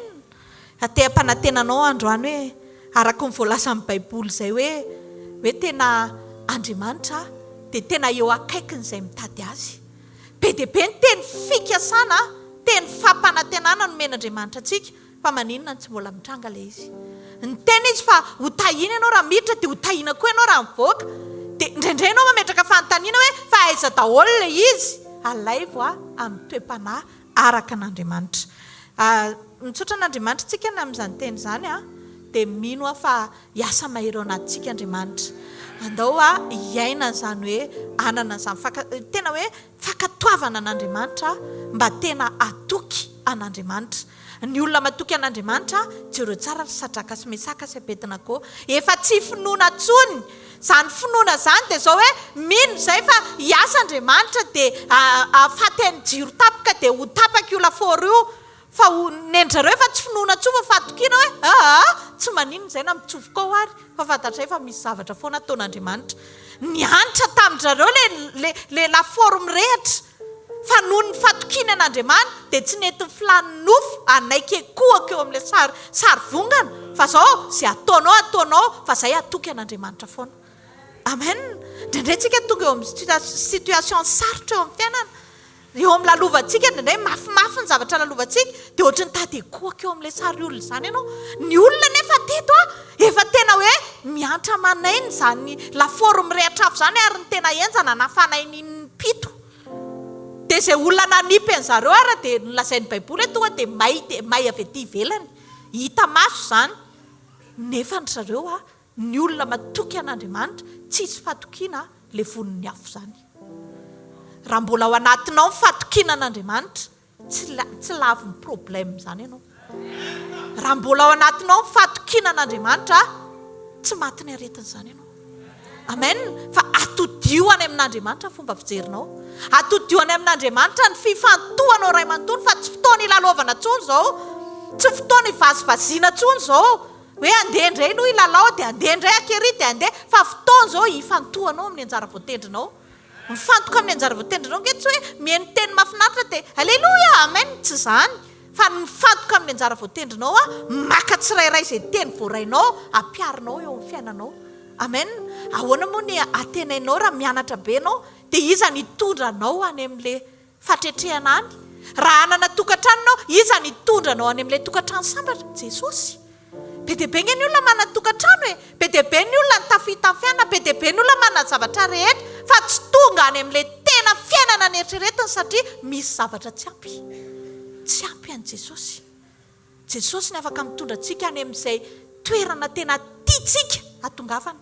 Na dia lanitra tsy hitan'izaniza, tsy tonga n'izaniza ary nampanentana an'Andriamanitra ao antsika. Maika ve fa izay fiainanao rapitso, tokantrano sambatra, fiainana avenira tsara neritreretinao efa hatramin'ny kely, afaka hoentin'Andriamanitra any ianao fa ataovy loha laharana aloha miaina amin'ny toe-panahy araka an'Andriamanitra. Amen. Hitsangantsika dia hitehaka ny tenin'Andriamanitra sady handraisantsika amin'ny mpanompon'Andriamanitra.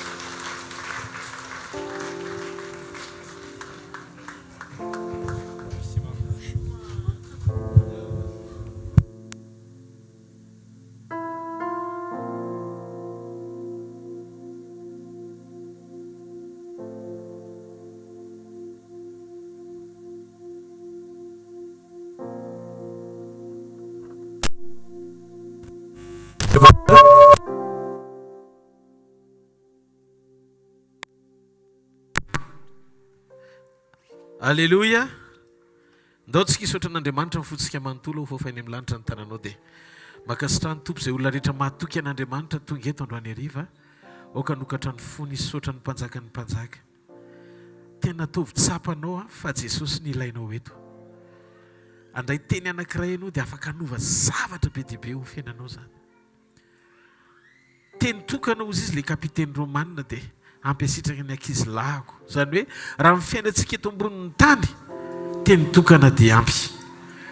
Tenenao Andriamanitra amin'ity takarivo ity, tia andreteny mpahamarinana avy aminao aho mba ahafahako manomana ny atopoko andray teny fiainana anova ny fomba fisainako, ny fomba fijeriko, ny fomba fiteniko, ny momba rehetra ifanaraka amin'ny sitraponao. Mitenena amiko Andriamanitra ho fa miainao amin'ny anaran'i Jesosy. Amen. Ndao tsika ity tanana mafy ny tompo a. Mahazo toerana tompo.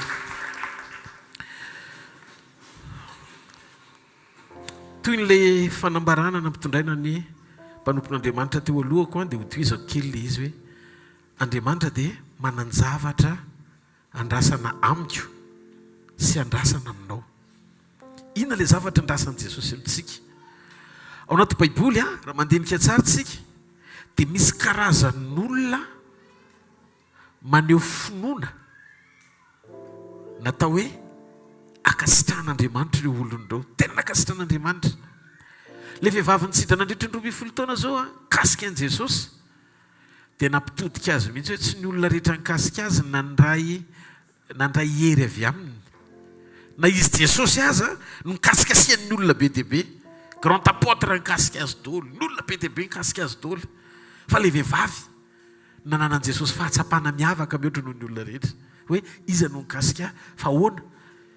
Nisy hery niala tamiko. Tsy fantatry Jesosy hoe iza le izy. Tsy hitany hoe iza le izy. Fa ny fahatsapany fotsiny le hery niala nalalany an'le kasika. Ka androany hariva Andriamanitra tsy mijery tsanganan'olona hoe iza ianao fa zay mahakasika azy ihany a no atao hoe zanany. Io vehivavy io rery ny nahazo teny ao anaty Baiboly lazain'i Jesosy hoe ry zanako vavy. Dia lasa ny saiko. Dia nisy révélation tonga tato anatiko. Dia zay no maranako n'ity fotoan'ity androany ao anatin'ny hafatra izay ho zaraina amin'ity takarivo ity. Mba fantatrareo ve fa tsy izay rehetra mikonsidere an'i Jesosy sy manam-pahatakarana hoe atraiza ny fahaiza-manaony no andray famonjena. Eno ia. Fa ny olona izay manam-pahatakarana hampandroso an'i Jesosy no voavonjy. Ndasa aloha tantaraiko kely ianao. Nanana considération ngeza be ny amin'i Jesosy le kapiteny Romanina. Teny noho ny rahan'i Jesosy ho anetraniny anangana ny zanany.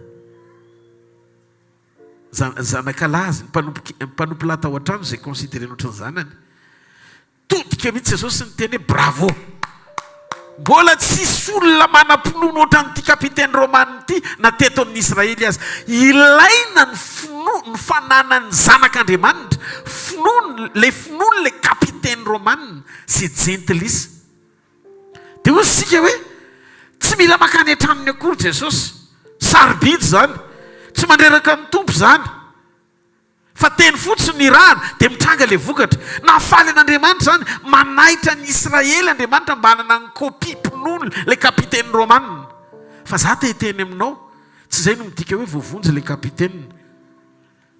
Good exemple izy. Exemple tsara izy. Ohatra tsara. Fa tsy voalaza ato anaty Baiboly hoe voavonjy izy. Halleluia.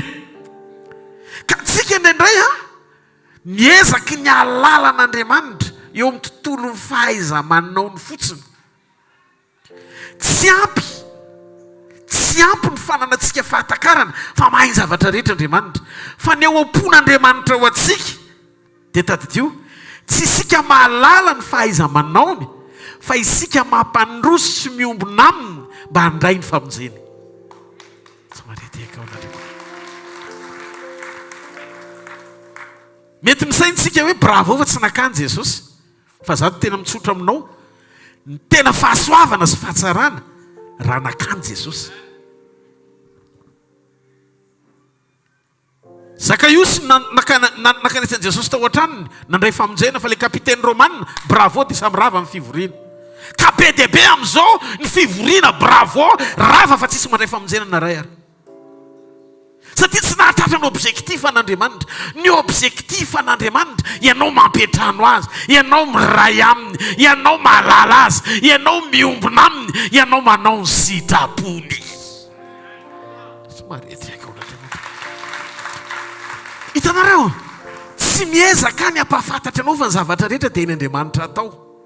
Zany tsy zavatra ampianarina fa zany fomba fiainana ananan'ny olona mahalala an'Andriamanitra. Fruit zany.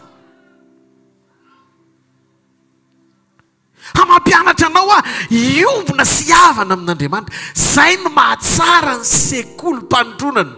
Zay rehetra notronon'Andriamanitra ihany no nandray ny famonjeny. Fa tsy voatery andray ny famonjeny zay nahalala tao anatina fatakarana avolenta ampinoana ny zavatra hainy atao.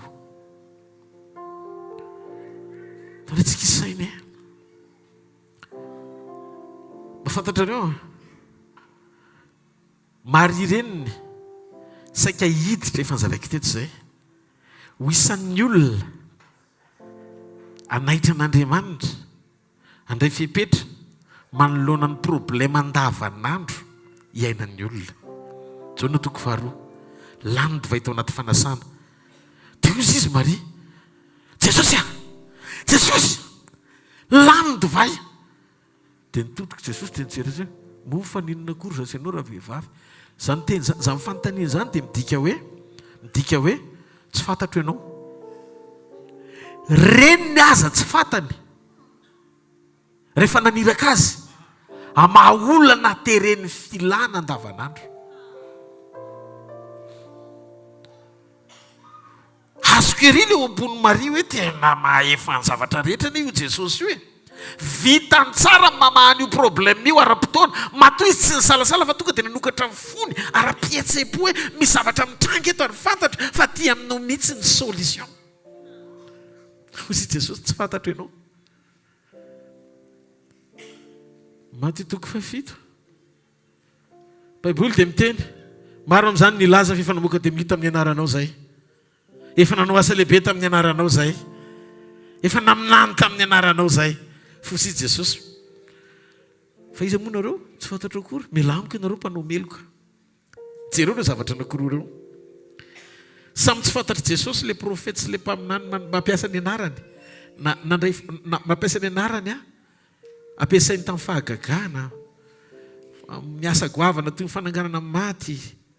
Hitanareo zany rehetrarehetra zany iainany eto an-tany zany ilain'ny olona zany zavatra tadiavin'ny olombelona rehetra ambony tany mila mahita miracle ianao raha mbola miaina eto an-tany, mila mahita famantara ianao raha miaina eto ambony tany. Tsy hoe diso akory ianao raha toko sy anatenan'Andriamanitra an'izany fa izy indray ianao mono anatenan'izany fa tsy ao Jesosy daholo. Fa zao no tiako tenenina. Ninonina zavatra tanterahanao ka ilanao an'Andriamanitra tsy ny eloavany sitrapon'Andriamanitra dia considéré ohatry ny olona maniraka an'Andriamanitra ianao. Ohatry ny olona maniraka an'Andriamanitra. Ohatry ny Maria naniraka an'i Jesosy ndana mba ataovy kely. Dia hoy Jesosy niketrona an'i Jerasy nga mifaninana kory zasy ianao tsy fantany. Dia ohatr'izay koa reto mpaminany be reto nampiasaina tamin'ny fomba miavaka fa tsy mba nanomana amin'ny fony. Hitanareo zay natonga n'ilay vehivavy na raha nandritry ny 20 taona nahazo teny tamin'i Jesosy hoe ny finoanao no nahavonjy anao zanako vavy satria ny problemany natonga azy nanatona an'Andriamanitra niombona tamin'i Jesosy nikasika an'i Jesosy izy teo amin'ny fanatrehan'i Jesosy izy dia notronon'i Jesosy izy. Zakaiosy nakany amin'ny trano Zakaiosy Jesosy, tao an-trano Zakaiosy Jesosy, présent tao an-trano Zakaiosy ny fanatrehan'Andriamanitra. Rava amin'ny fivoriana vovonjy Zakaiosy nahazo teny Zakaiosy hoe ary androany koa i Zakaiosy dia zanaky Abrahama, zany hoe Zakaiosy nahazo tombony ara-panahy ara-piovampo mpandova fiainana mandrakizay satria vita fibebahana. Fa le kapiteny Romanina naniraka fotsiny irao ny teny dia rava amin'ny fivoriana. Ka tsy haiko ny atongavana eto mila teny anova situation ve anao sa andray teny anova fiainana tsy hitanareo différence ny zay ny mahatsara nyty révélation mpanotonana ity satria ny fanotonan'Andriamanitra ny révélation mpanotonana dia manaitra atsika mba ho tonga isan'ny olona fantatr'Andriamanitra. Halleluja. Fantatr'Andriamanitra ianao rehefa hotronon'Andriamanitra satria ny fanotonana miara-miasa amin'ny toe-po. Zay ny mahatonga amin'ny filazantsara tonga mivantana ao anatinao anova ny toe-ponao hifanaraka amin'ny sitrapon'Andriamanitra aloha. Satria amin'ny fotoana iverenan'i Jesosy ny olona fantany dia izay olona manao izay akasitrahany ny aina amin'ny sitrapony, izay manao anke tompotopony hitry ny fanjakany lanitra fa izay manao ny sitrapony raiko izay ny an-danitra. Noho izany rehefa fantatr'Andriamanitra ianao ka hotronon'Andriamanitra tsy hoe koa sanatria olona tsy natao hisitraka ny voninahitr'Andriamanitra sy hita ny asan'Andriamanitra. Ny mamaika an' Jesosy dia ny ahalala antsika amin'ny fotoana iverenany. Halleluja. Vao ama ny olantsika amin'ny fotoana ankehitriny izay iraisantsika aminy. Noho izany tsy diso lalana ianao raha tonga eto amin'ny fanatrehan'Andriamanitra. Tsy maninona fa reny tsindrotsindrony ireny sabatra roa lelany ny tenin'Andriamanitra, rirany maranitra, ny ambadika maranitra, ny etsy alohany koa vao maira vao aroso vao maima manindrona foana io na côté gauche na droite. Noho izany raha vao misy teny somary zaraina aminao nefa tsy mahatsapa-teny ho voatsindrona ianao tsy ny tenin'Andriamanitra ianao zany. Anangatsy mahareteka amin'ny tompo. Le teny mpanefeny io ilainy io. Azay ny antony mahatonga antsika tonga eto amin'ny fanatrehan'Andriamanitra. Ny zavatra lehibe indrindra tiany tompo anahirana antsika dia izao. Nahazo tea-tanana mafy le kapiteny Romanina fa be finoana izy teny tokana fotsiny tena nasitrana azy fa tsisy toy ny ao anatin'ny baiboly izay misy ny tantaran'io kapiteny Romanina io hoe niova fo tena nanaraka an'i Jesosy izy. Tsy nisy. Fa ny olona izay niova fo dia izay olona nampetrano an'i Jesosy. Ny marina tsara ianao manam-pinoana teny fotsiny irako dia vita. Fa mialohan'ny andrahanao teny miombona aloha amin'ny teny. Apetranao Jesosy. Efa niona tamin'i Jesosy venao. Efa niombona tamin'ny nandray kasika avy aminy malala azy, manokatra ny fonao azy, manam-potoana tena hitokanana, hifandraisanao amin'ny tenim-pahamarinany, hibebanao teo anatreny an-dranomaso. Ary isan'andro ve tena mitsotra aminareo fa mialohan'ny fotoana hijoroany mahameto. Maraina be izay mivady dia efa manao tena verena aloha le teny. Haika izany ny sitrapon'Andriamanitra. Raha le teny teo dia seza fiandrianany fahaiza-manaony. Ao amin'ny sitrapony no mitoetra ny fahaiza-manaony. Tsy mora zaka ny teny hoentiny anao izay zavatra tsy takatry ny saina ny olona anankiray izay tsy zaka ny teny akato izay fanambarana rehetra ambaran'Andriamanitra aminy. Rehefa ianao no mampijoro ny fiainanao amin'ny sitrapon'Andriamanitra, mety marary le fanisiana, mety mampitaraina anao ny zavatra lalovana, misy zavatra indraindray ohatry mafy be izany ny andefitra nefa mandefitra ianao. Dia teteny aminao an'ity fahamarinany ity. Ny tombony miafina ho ambadiky ny fanekenao ampiainany sitrapony dia ianao mora tarihany andresy zavatra tsy hainao resena fa izy no ampandresy ianao ao anatin'izany satria hotronon'Andriamanitra ianao. Zay mahatonga ny sekolim-panotronana mametraka ny lanjan'ny fiombonana amin'Andriamanitra ho ambony lavitra noho ny zavatra rehetra ain'Andriamanitra atao. Satria rehefa hotronony ianao dia ny problème no ampahitan'Andriamanitra ny fisiny eo amin'ny fiainanao fa tsy ianao no mampiasa ositra milokalize na mamantatra an'izay problème tokony hovahana ampinoana. Ranomasina rehefa tsy nanaiky isokatra teo amin'ny ranomasina mena nikatona ny ranomasina mena dia ho sisy ny salamo faefatra ambin'ny folo amin'ny zato ny andininy fahatelo fa inona ny mahazo anao ranomasina dia niorika ianao dia ho sisy ny tenin'Andriamanitra hoe ny ranomasina nahita zany hoe lasa manamaso ny ranomasina ahita ny fisian'Andriamanitra hoe miaraka aminao izy. Rehefa Andriamanitra zany no manaiky anamarina anao fa miaraka aminao izy, dikan'izay manjaka eo amin'ny fiainanao ny fandreseny. Zany hoe babony ianao. Ahoana ny seho le hoe babony ianao hoe manjaka eo amin'ny fiainanao ny fandreseny? Zay manaiky ho babon'Andriamanitra ihany no ampandresen'Andriamanitra ny zavatra rehetra.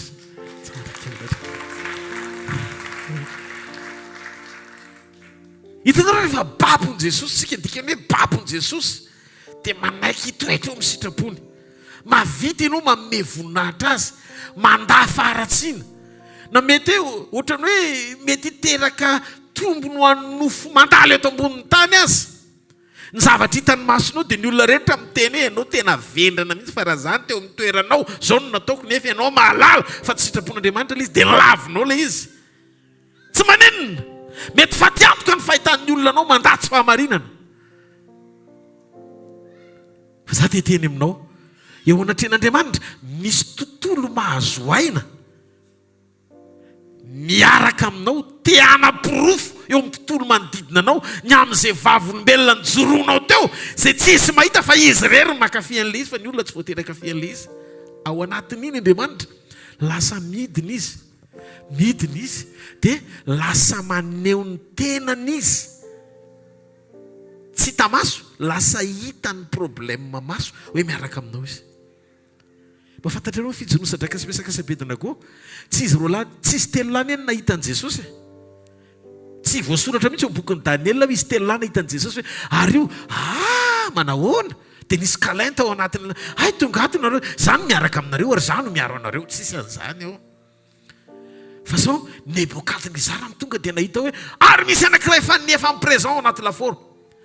Andriamanitra indraindray mini manafina aminao fa miaraka aminao izy, fa ny problème sy ny sakana ny mila mahita fa eo amin'ny fiainanao izy. Voalohany objet ranomasina ny mahita fa io Andriamanitra dia manome lalana ny zanak'Israely. Fa na Mosesy aza nitoloko teo amoron-drano satria tsy fantany hoe amin'ny fomba ahoana ny ampitana sy elany eo amin'ny toerana io any amin'izay toerana tiany atongavana. Na izy ary nitoloko dia hoy izy Andriamanitra fa maninona ianao nitoloko ro Mosesy lazao amin'ny zanak'Israely mba androso. Zany hoe zay sakana everinao fa tsy hatafavoakanao afaka ampahitan'Andriamanitra fa miaraka aminao izy dia mizara roa ny teny hoe mandana fa tsy azony sakanana ianao. Tsy noho ianao tsony fa le fanotonana eo amin'ny fiainanao amin'izay. Ny fanatrehana eo amin'ny fiainanao dia tonga fanotronana rehefa mety amin'Andriamanitra ny toe-ponao. Tonga fanotronana satria ny fanotronana mouvement amin'ny fanatrehana. Tsy hoe fanatrehana hita fotsiny hoe io izy io, fa fanatrehana mihetsika amin'ny fomba tsy hita maso, mibaiko ny voary rehetra hiara-iasa ahasoa satria misy olona tian'Andriamanitra eo. Ary ny atao hoe ty raha tia ianareo dia mitandrina ny teniko. Fankatoavana sy fanatanterana tsy misy fepetra ny tenim-pahamarina rehetra izay lazain'Andriamanitra. Alleluia. Gaga Nebokadnezara hoay telo mifatotra na tsy tao, telo mifatotra nefa efatra mandehandeha no hita ao. Le nanipy maty fa le natsipy le tady fotsiny may dia afaka tamin'ny tongony sy ny tanany. Fa reo ry zareo mandehandeha ao anaty laforo reo. Laforo reo problème zay mampifendro ny hafa hitsikina ho ampiadanana satria ny olona makatoso mijoro ho an'Andriamanitra dia tsy navelan'Andriamanitra anina fahatsapana tahaka izay nanan'ny olona tsy misy Andriamanitra mitomany ao anaty laforo. lafory fahoriana ho an'ny olona tsisy Andriamanitra fa fitsangatsanganana ho an'ny olona feno Andriamanitra. Ka rehefa ao Andriamanitra zay ny zava-dehibe, tsy hoe tsika zatra maniraka teny fotsiny dia mitanga mivokatra fa tsika en communion amin'Andriamanitra satria ilayntsika amin'ny fanatrehany. Tsy marety aika amin'Andriamanitra, ilayntsika amin'ny fanatrehany. Halleloja. Zany no mahatsara ny hoe eo ny fanatrehan'Andriamanitra. Tsara ianao manam-ponoana hoe irana ny teny dia miova ny zavatra rehetra. Fa ilainao manam-pahatsapana hoe ny any tena ilaiko dia eo amiko izy. Dia ahoana ny ataoko pastera mba ho eo amiko mandrakariva dia ho tsapako ny fisiana eo amin'ny fiainako. Manao voatra an'i Jesosy, izy no ohatra tsara indrindra. Ary izay miaraka amiko dia eto amiko mandrakariva izy. Ary izay naniraka dia eto amiko. Tsy mandawa ho irery mihitsy izy. Satria za manao izay sitrany maraina, atoandro, hariva, alina, izay ny atao hoe mandrakariva. Saina isan'andro, Tompo, inona ny teny latsaka tsy tena hoko loatra tamin'ity herinandro ity, nefa nampitondrainao teny ambavana mpanompon'Andriamanitra ny ranao amin'ny fiainako. Inona le teny vakiko fa tsy hoe voatery ho zany ihany, inona daholo le teny vakiko rehetra nefa mbola tsy tanteraka teo amin'ny fiainako le bitsika antsiana ho anahy iny rehefa za le mitokam-bavaka iny. Dia misy toana misy olona tena mahafinaritra anazy hoe misy aminareo reo miantso, pastera teraina Jesosy fa afaka tamin'ity toetra ty toetra ty vadiko ny tena nahita hoe zany foana ho ny fanaoko. Nasiko fifadikanina le izy satria isaky mihainy tena Andriamanitra dia ohatra mahatsiaro foana hoe aty amiko indray ny fandehan'le tsindrona. Isaky mandeha ny tena miakatra mama voatsindrona, miakatra papa voatsindrona, miakatra pastera rehetrarehetra zay mandeha aloha dia voatsindrotsindrona foana. Dia ho satria avy eo zay ndray le toetra fa voateny, zay ndray le toetra fa voateny. Ny fadiko anina pastera tena nyteny tamin'Andriamanitra hoe leo an'ity toetra ity ho vai Andriamanitra. Vao nanomboka nitomany izy mivavaka nangataka tamin'Andriamanitra ono dia reny hoe nesoron'Andriamanitra dia tsy nampoziny akory hoe oviana dia ozy izy mivadiny. Ary ianao no tsy manoatra an'izao tsony nefa nisaky ny ohatr'izao dia ohatr'izao foana fanaonao hay misy mitazana ianao voalohany ny ao an-trano manodidina ny rehetrarehetra mahafantatra hoe niovy ianao. Zavatra hitranga manomboka androany be dia be ny olona hiaina fiainam-piovana ao anatin'ny fiainam-baovao satria ny antony, halleloja, maniry ianao ny hotron'Andriamanitra ao anaty fiombonana mba ho fantany amin'ny fotoana pakarany. Halleloja. Ka tsika menakavy reto manana antoka fa ianao io tsy le karazan'olona ho afoin'Andriamanitra zany amin'ny fotoana iverenany, fa le olona mampiasa saina an'Andriamanitra satria nidina mihitsy Jesosy. Zay natonga n'Andriamanitra tonga nofo mihitsy, nidina izy naka ny endriky ny olombelona mba hamonjy ny olona. Ny mamaiky an' Jesosy dia ny hamonjy antsika aloha vao nafaka antsika. Tsy tokony tsika mihitsy zany ny mpanompon'Andriamanitra iziriziry sy anamarinota na anamarina eloka hivitanao zavatra tsy mety. Dingana anankiray fa fantatrao fa tsy mety izy ka mipitrapitra ianao dia azo antoka fa olom-bovonso afaka ianao. Fa Jesosy any teny misy ny atao hoe zanaky ny fahaverezana. Zanaky ny fahaverezana tsy hoe tsy mahalala an'Andriamanitra izy ireny, mahalala an'Andriamanitra izy fa miny manamafy ny fony amina zavatra tsy hafinaritra an'Andriamanitra. Zavatra mahavariana dia zao ny mandeha zay nanantona mpivady, nanantona ana le mpivady dia niteny mananjanaka ozy izy mivady tovolahy. Dia io tovolahy io tafaraka mbola kely zany izy 16 ans sa 4 taona tsisy nalala amin'ny fiainany tany ambadika tany fa nanana relation tamin'ny mamasosy zany. Hoe mamasosy moa fiantsondrareo azy le hoe misy vehivavy lehibe taona manam-bola dia niantoka ny fiainany. Dia ny ray aman-dreniny tsy nafantatra an'ilay izy. Kanjo rehefa ela ny ela raiky petita amin'io vehivavy io mamasosy le tovolahy. Dia nitomany le ray aman-dreniny ny teny hoe tena mafy be, tena mafy be, tena mafy be. Nefa ny zavatra mahavariana misy olona eo akaikindry zareo misaraka izy mivady mitovy kamy le zanany. Dia nahavariana nanaiky izy an'le kouzany anambady le kozinany anambady an'le lehilahy mpanan-karena nefa manambady dia saraka satria metimety kokoa ny fiainan'le anankiray. Dia za tsy mahafantatra ny problème io tamin'ny voalohany fa rehefa ndresaka izay dia mibitsika tamiko Andriamanitra. Mahatonga azy tsy afaka ozy izy ny zanany. Raha zanaka ny manafaka dia afaka tokoa. Fa izy manana toe-po manaiky zavatra tsy mifanaraka amin'ny sitrapoko. Dia anontanio izy ny amin'ilay kozinany. Misy kozinanao misy ka ohatra mitovitovy amin'izany nefa ekenao. Dia mifampijery izy zay fa miteny lahy. Izy le raha matony. Za tsy mahafantatra an'ilay izy. Dia enao zany tsy tokony ho karazan'olona manaiky zavatra anankiray tsy mety nefa maniry fiainam-piovana amina zavatra tsy mety mitovy amin'iny zay zavatra nekenao iny nefa tianao angatanan'Andriamanitra. Dia ahoana sitrapony izy ary zany ny tanterahana. Ny sitraponao sa ny sitrapony. Betsaka hoe ny olona maniraka an'Andriamanitra fa tsy miheno amin'ny sitrapon'Andriamanitra dia fatara be dia be mivalim-bavaka tsy mivaly mety tsy tsaronao fa misy karazan-javatra mitovitovy amin'izay zavatra atreanao mbola eken'ny sainao mahatonga an'ilay fatorana tsy mety mivaha mihitsy. Tahaka izany. Dia fomba hoana moa zany raha ilay zavatra eritreretinao fa mety tiafanao tanan'io raha manody ny ankonanao satria ianao micautionner izy ok androany le izy ok fa rehefa amin'ny ankonanao le izy KO ianao. Zao fotoana zao iverenana epotitry ny azo fijaliana andiniantsika ny atao hoe tena fiainana miaraka amin'Andriamanitra.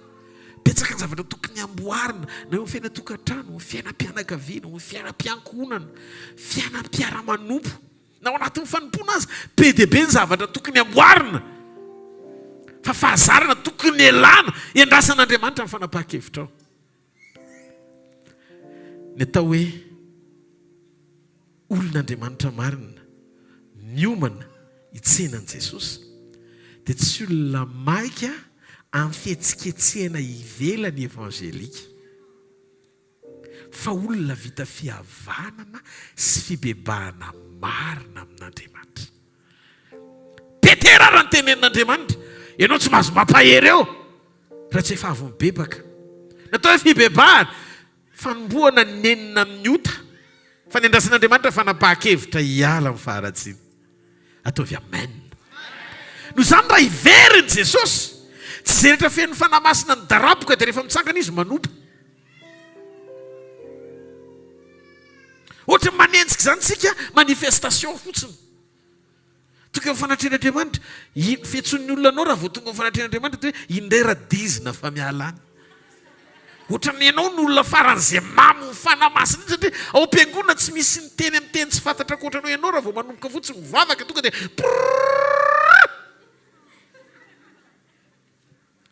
za tsy manohatra hoe ny teny tsy fantatra avy amin'ny fanamasina fa ianao maika ny teny amin'ny teny tsy fantatra.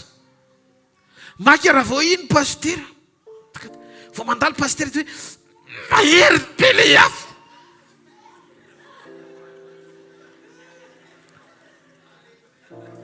Nefa amin'io raha dinianao fiainana eo an-tokantrano tena olona faran'izay tena kizitina teny ratsy any amin'ny birao.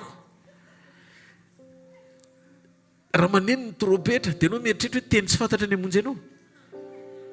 Teny tsy fantatra hoe fanomezana eto an-tany fa tsy makany an-danitra.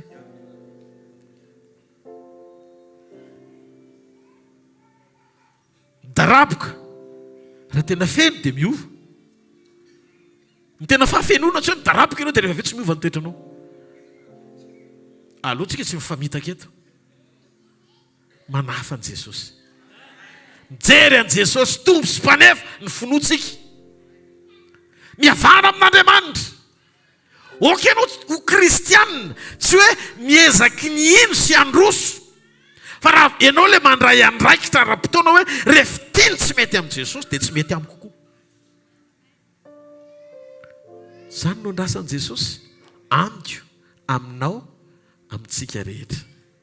Sady zany raha ianao ary izay olo izay dia tia hafa mafy be ho an'Andriamanitra. Raha bitso maraina misy fotoana spesialy ao amin'ny fandraisana ny fanasan'ny tompo eto. izara mitsika ny prinsipa an'Andriamanitra ao anaty fiombonana. Inona ny vision an'Andriamanitra manoloana n'le ady heverinao fa sarotra hatrehanao ohatrany tsy mety mivary eny mihitsiny. Ohatrany hoe tena ohatra rahoana izy zany Andriamanitra. Inona ny zavatra mitranga? Raha pitsy ny secret ao ambadiky ny fiombonana amoaboasan'Andriamanitra hoe zao le endrika tiako hisehoana aminao manoloana ny zavatra hatrehanao eo amin'ny fiainana. Raha pitsy maraina ny rendez-vous antsika ao anatin'izay teny fahamarinan'izay. Androany hariva mila ianao mahatsapa fahotron'Andriamanitra, mpitondra ny fanatrehana. Ndraindray tsika ohatra mieritreritra hoe lehibe izy atao anatiko no izay misy eo amin'izao tontolo izao. Matoky tsika fa lehibe ny ao anatintsika. Taovadro ny tanao lehibe mihitsy tokoa ny atao anatiko e. Tejereo ny akaikinao le atao anatiko ny lehibe fa tsy zaho e.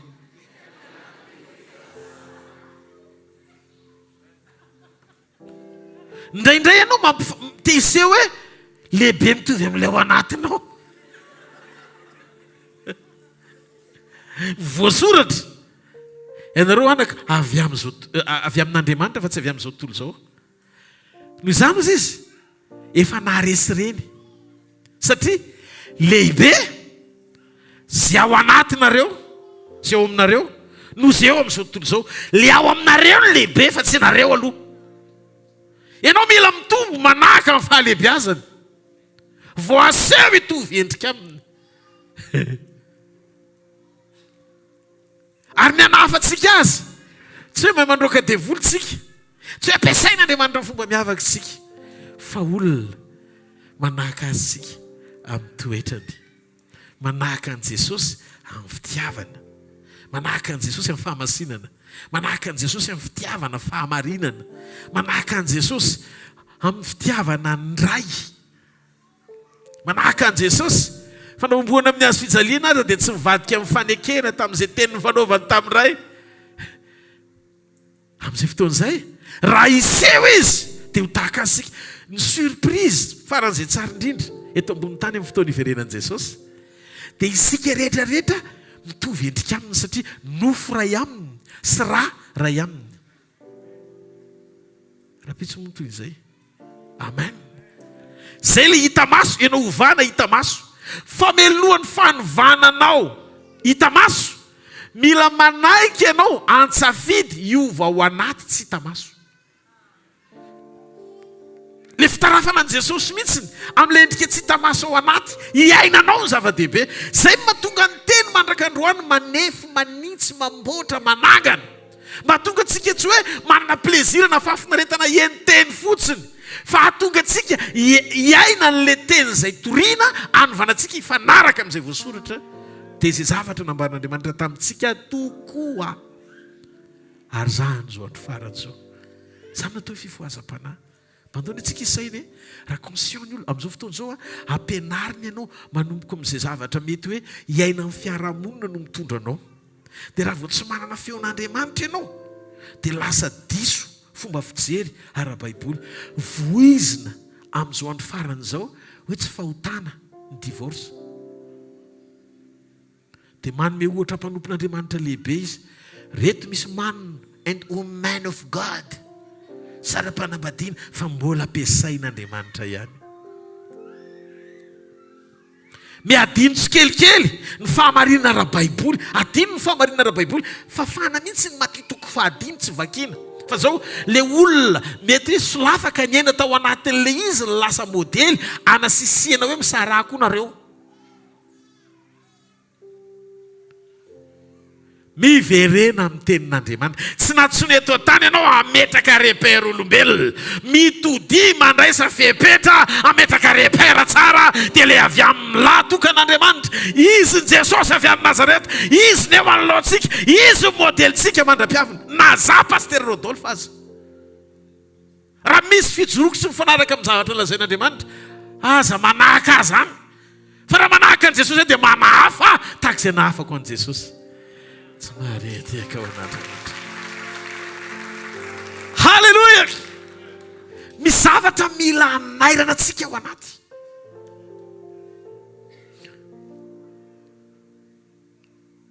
Fampianarana zany.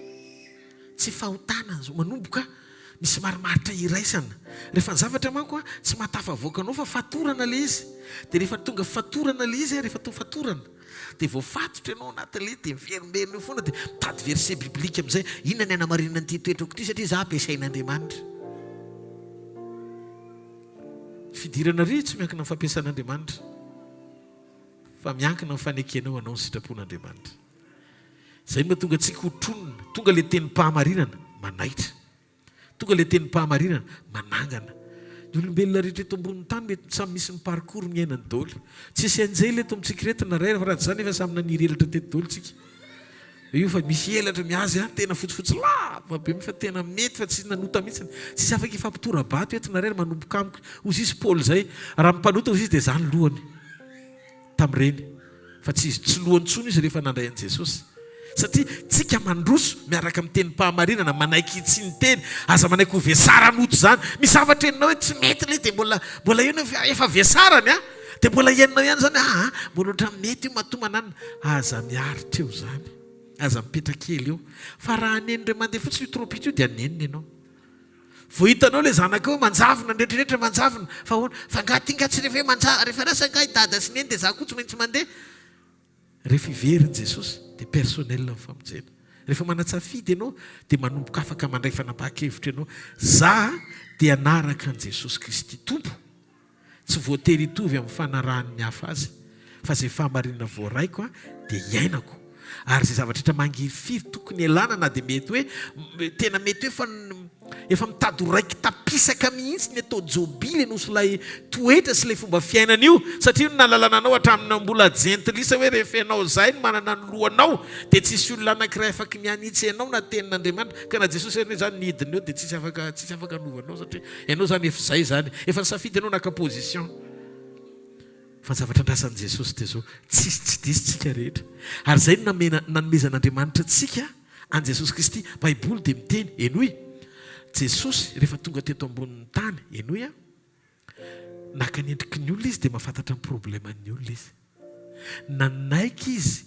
hatramin'ny fahafatesana ary io ny ereuran'ny devoly nanombo olo marina izy teo amin'ny hazo fijaliana rehefa nomboan'le olo marina teo amin'ny hazo fijaliana atao hoe Jesosy dia nanameloka ny marina izy zany teo izy Jesosy tratrako ianao tamin'ny fahadisoanao manomboka androany koa tsy afaka ianao ilaza fa ny mpanota dia tsy maintsy very fa tonga hanidina Jesosy hamonjy ny mpanota mba hanamarina azy noho izany iza no hanameloka Kristy Jesosy no efa maty tsisy fanamelona raha mbola isa velona ianao fa ao anatin'ny fotoana ny fahavelomanao mandraisa mesura mba tsy homeloka an-tsafidy hitoetra ao anaty fahotana satria ny alehibean'ny famorampon'Andriamanitra sy ny fahalemem-panahiny dia mitaona tsika hibebaka ka raha mbola misy fofonaina ao ambavoronao misy antenaina ny fiovamponao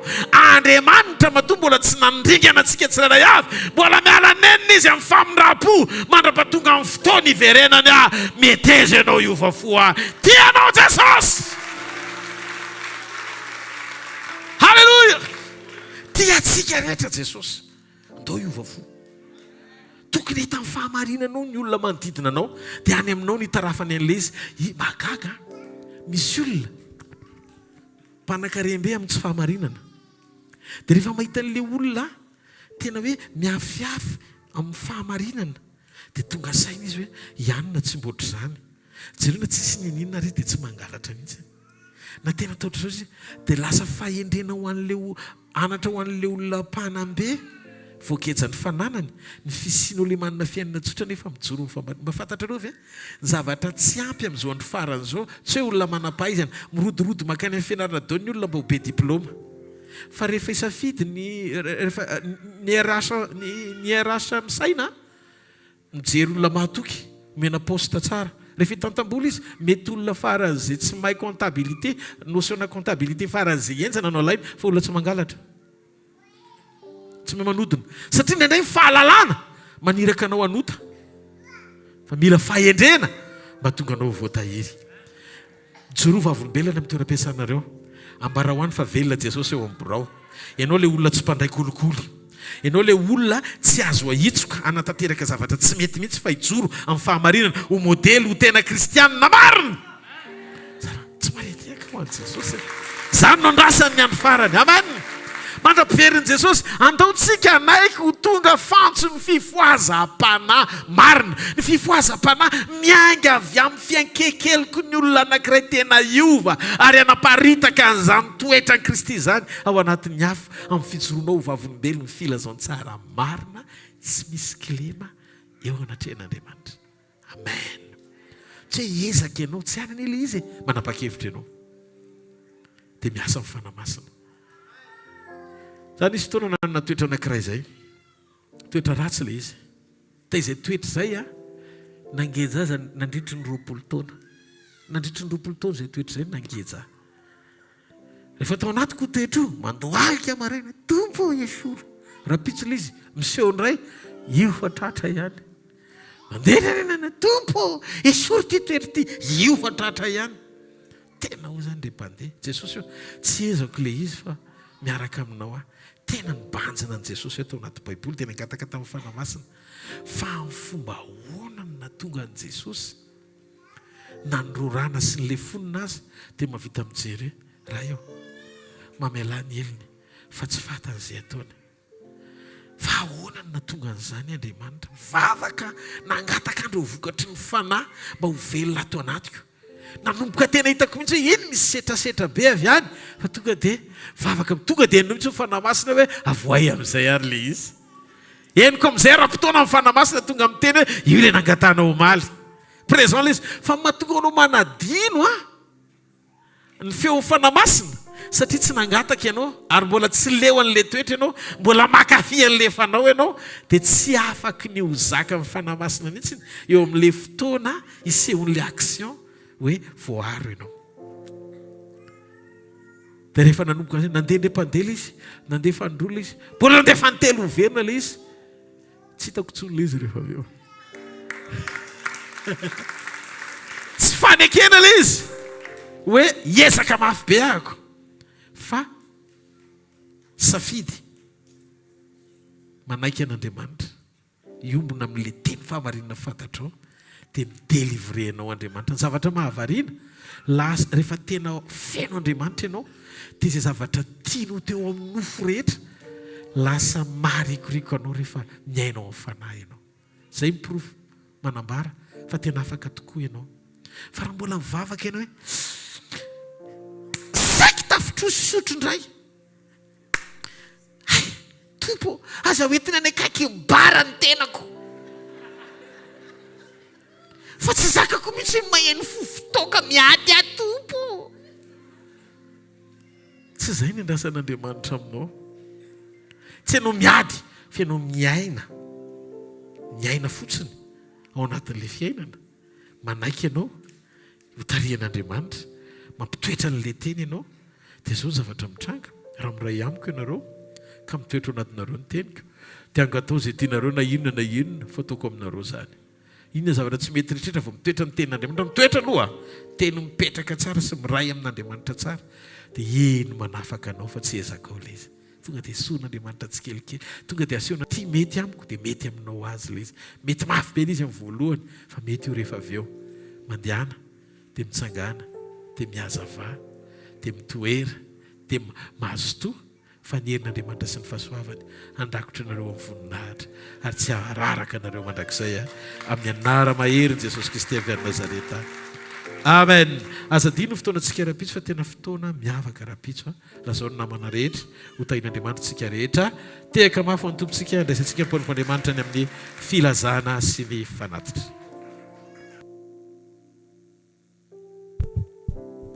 Alleluia. Sorany tompontsika ny amin'ny afatra ny amin'ny teny androany dia eraka ny voninahitra n'Andriamanitra amin'ny fanatitra tsika dia arotsaina anatin'ny box iny zay rehetra ikasian'ny tompo ny fonao na ny ampahafolo-karena na sakrifisy na zay fanatitra hoentinao hanomezam-boninahitra n'Andriamanitra androany dia omey voninahitra Jesosy ny programantsika dia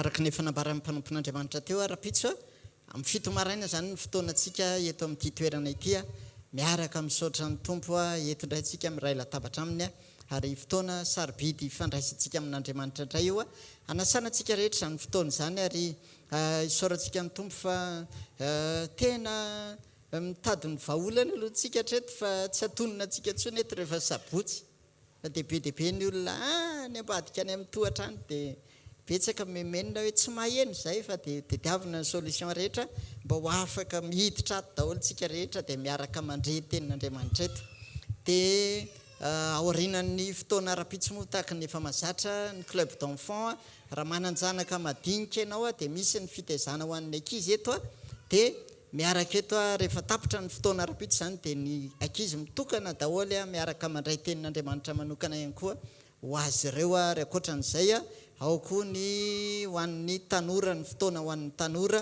ra-pitso dia matsiaro ny voalazan'ny tenin'Andriamanitra tokoa manao hoe inona ny arovan'ny zatovo ny lalaka leny tsy voaloto fitandremana araka ny teninao dia mila mijoro amin'ny tenin'Andriamanitra koa ny tanora rehetra ra-pitso ny fotoana ao arinan'ny fotoana eto dia miaraka ny tanora rehetra miaraka miatrika an'izany fotoana izany ny programantsika indray ny amin'ny herinandro manaraka dia tahaka ny fotoana efa mahazatra antsika raha mety voazao ianao ny tonga eto manana fotoantsika isanandro isaky ny maraina amin'ny 7 ka hatramin'ny 8 sasany tsy tena hoe manelingelina ny fotoananao le izy angambany fa ny sarobidiny kosa dia zao fotoana andraisana tenin'Andriamanitra isanandro mialoha ny atrehanao tontolo andro dia mifanena amin'ny tenin'Andriamanitra aloha dia zay tsika vao miatrika ny journée latsinainy talata ny alarobia samy amin'ny 7 ka hatramin'ny 8 sasany ireo fotoanareo etsy amin'ny super u etsy ambany etsy ao amin'ny rihana faharoa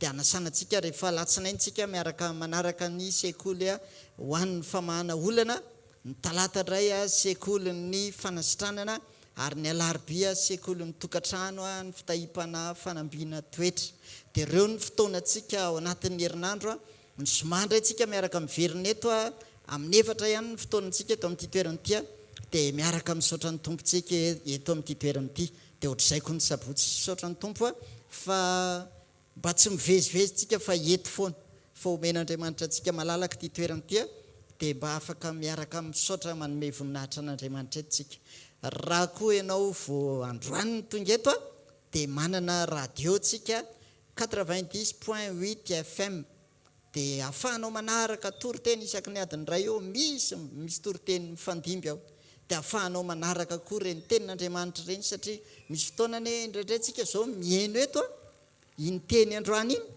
fa rehefa miverina mihaino radio amin'izay ianao maheno ohatra hoe teny manafaka dia zay no vao tonga sany tena zany mahazo révélation voafoandray ianao anatin'ilay izy dia misaotra ny tompontsika ny amin'ny fahasoavana omeny antsika ndao hitsanganare injiro ny tananao dia hivavaka ao ny fanatitsika makasitraka misaotra manome voninahitra anao zay ray amin'ny anaran'i Jesosy misaotra ny amin'ny fahafahanay tsirairay avy mijoro mitondra fanatitra eto satria teninao no nanambara hoe aoka tsisy iseho foana tsy mitondra fanatitra eo anatrehako ary miverina izay manome voninahitra anao tsy mitady inona aminay ianao fa androany izay miverina miaraka amin'ny fahatsapahana dia manome voninahitra anao fa sombony avy tamin'izay rehetra ny tahinao sy nanambinanao anay kosa no entina manome voninahitra anao androany fa ny fakasitrahanao kosa no mba irenay ho an'ny tsirairay avy ankasitrao izay rehetra nijoro nitondrana fahafolo-karena na sakrifisy na mifanatitra androany mba tena ho ankasitrahana eo masonao reny Andriamanitra ary misaotra makasitraka tamin'izay rehetra nanambinanao ny tsirairay avy ary amin'ity fotoana ity aterinay ho anao ny fakasitrahana mandrakizay fa mihoatra noho izany Andriamanitra ny fanoloranay kosa ny tenanay ho tena fanatitra velona eo anatrehanao tokoa mba ho isan'ny nijoro tena amin'izay rehetra andrasanao Andriamanitra na mijoro amin'ny fahitsiana na fahamarina na ninninona endrasanao dia androany misy fanapahan-kevitra ho raisiny tsirairay mankasitraka ny amin'ny fitiavanao Andriamanitra anao voninahitra amin'ny anaran'i Jesosy amen tehaka mafitsika voninahitra Andriamanitra afofany amin'ny lanitra ny tanody ndao tsika isotra n'Andriamanitra ny amin'ny fotoana androany teneny Jesosy hoe zay Jesosy tena mila anao eo amin'ny fiainanay raha misy ny rehetra sy fanidiriana tena ao anatinay lalina dia niombona aminao Ary amin'ity takarivo ity Jesosy, fantatray ny fiainana eto ambonin'ny tany fa tsy mandrakizay eto. Mampianaranay isan'andro anananay foendry isaina ny mandrakizay anay ao anatinay ao. Asa vela hovariany zay ka isaina fa raha mbola ao anatinay ny tanjaka ny hery dia hoentinay manatanteraka an'izay tianay zany. Oka ny hery sy ny tanjaka ao anatinay hoentinay manompo anao, manao ny sitraponao. Satria rehefa tonga ny fotoana, na zay miala eto amin'ny alalan'ny fahafatesana, na zay miala eto hovana vetivety hifanena aminao ny amin'ny raha lanitra, dia ho isan'ny olona sady fantatrao no akarinao ho fofombady hitoetra ao aminao mandrakizay. Mampianarana isan'andro isan'andro ro tenim-pahamarinana rehetra anjaka sy anapaka ao anatinay. Aza vela ho diso fanapahakevitra zay ka andeha sy aina amin'izay tianay eo amin'ny nofo. Ampijoroa zay hiaina amin'ny ara-panahy isan'andro, anapahatsapana ny asarobidi ny fisinao eo amin'ny fiainanay, ho ambony sy mihoatra lavitra no ny fanananay sy ny fanirianay ny zavatra rehetra. Amin'ity takarivo ity manamasinanay amin'ny fahamarinana, fa ny teninao ny fahamarinana. Dia okizay napahatsapana fa raha hiala eto zay dia tsy mandeha rery fa miaraka aminao. Miaraka aminao zay miala eto ho any tokantranonay, eo amin'ny fiainanay amin'ny asa aman-draranay, eo amin'ny fiainam-piankonanay sy amin'ny zavatra hitra izay ataonay. Ianao Jesosy avy any Nazareta no ilainay, ary ianao rery mandrakizay. Asehonay zany androany ao anaty fanekena fa anao zay Jesosy, ary ianao mandrakizay. Na inona dia tsy ampiovanay zany, fa ny toetra mandrakarivo halala fa ny olona mety tianay androany rehefa ho sitrapony ny zavatra ataonay, mety mahakalanay raha-pitso rehefa misy tsy sitrapony kanefa sitraponao hijoronay koa. Ny olona mety hanondromolotra anay laza hoe reny koa le mba teo masina maneso anay satria te hijoro zay amin'ny fahamarinana sy amin'ny sitraponao. Fa tsy maninona fa na Yesu na latsa na fanenjehana na fahoriana na nohanina na mosary tsy misy asaraka anay amin'ny fitiavana anao zany mandrakizay. Satria efa safidy zay fa ianao ny rehetra aminay Jesosy, ianao rery mandrakizay. Mila anao ny fiainanay, mila anao ny momba anay satria ianao ny rehetra ho anay. Androany hariva fantaro fa miasa Andriamanitra, fantaro fa rehefa eo ny famindrampon'Andriamanitra dia eo ny fanasitranan'Andriamanitra, dia eo ny fanafahan'Andriamanitra. Ao koa afaka ianao amin'izay mety ho geja ara-panahy rehetra mbola mety mangeja ny fiainam-panahinao. Toetra mahazatra fa no tsy araky ny sitrapon'Andriamanitra. Ao kiasa ny fanamasina andio antsika ho afaka amin'ny tsy fahamarinana sy ny fahotana rehetra. Ao k'izay zavatra tsy namboleny ray ongotana iaisitra tsy ao anatsika amin'ny anaran'i Jesosy. Manana antoka fa ny toe-po ny fanao rehetra amin'izay fahazarana rehetra. Mitsahatra zany androany amin'ny anaran'i Jesosy. Averiko mitsahatra zany androany amin'ny anaran'i Jesosy. Mitsahatra zany androany amin'ny anaran'i Jesosy. Na inona toe-po rehetra tsy mifanaraka amin'ny toe-pon'i Jesosy ary tsy tiany Jesosy iainantsika dia tsy ho ao anatintsika zany.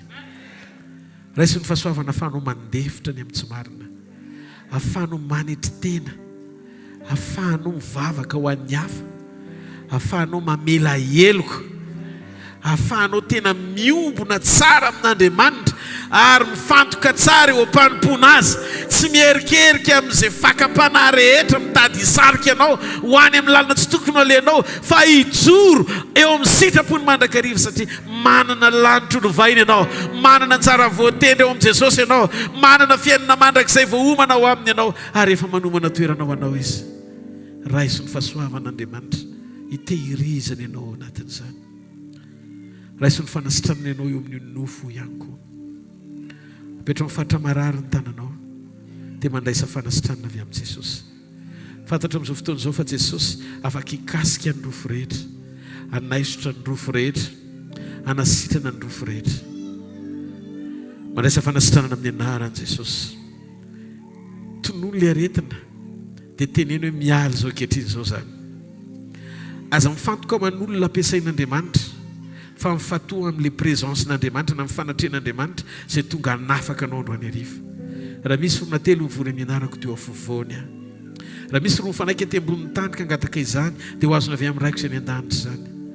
Ary izy Jesosy ho an'izay mino dia manam-pamantarana eny amin'ny tanana izy hametra tanana marary izy teo sitrany ireny. Jesosy avy any Nazareta no niteny an'izany. Apetrao ny tanan'izay mino rehetra amin'izay faritra marary dia manekenao andray fanasitranana.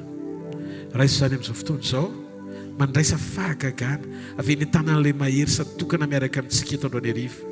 Dia oka ianao hiala eto amin'ity toerana ity atsapa fa maivana ianao satria hikasika ny rofo rehetra eo mitenanao izy.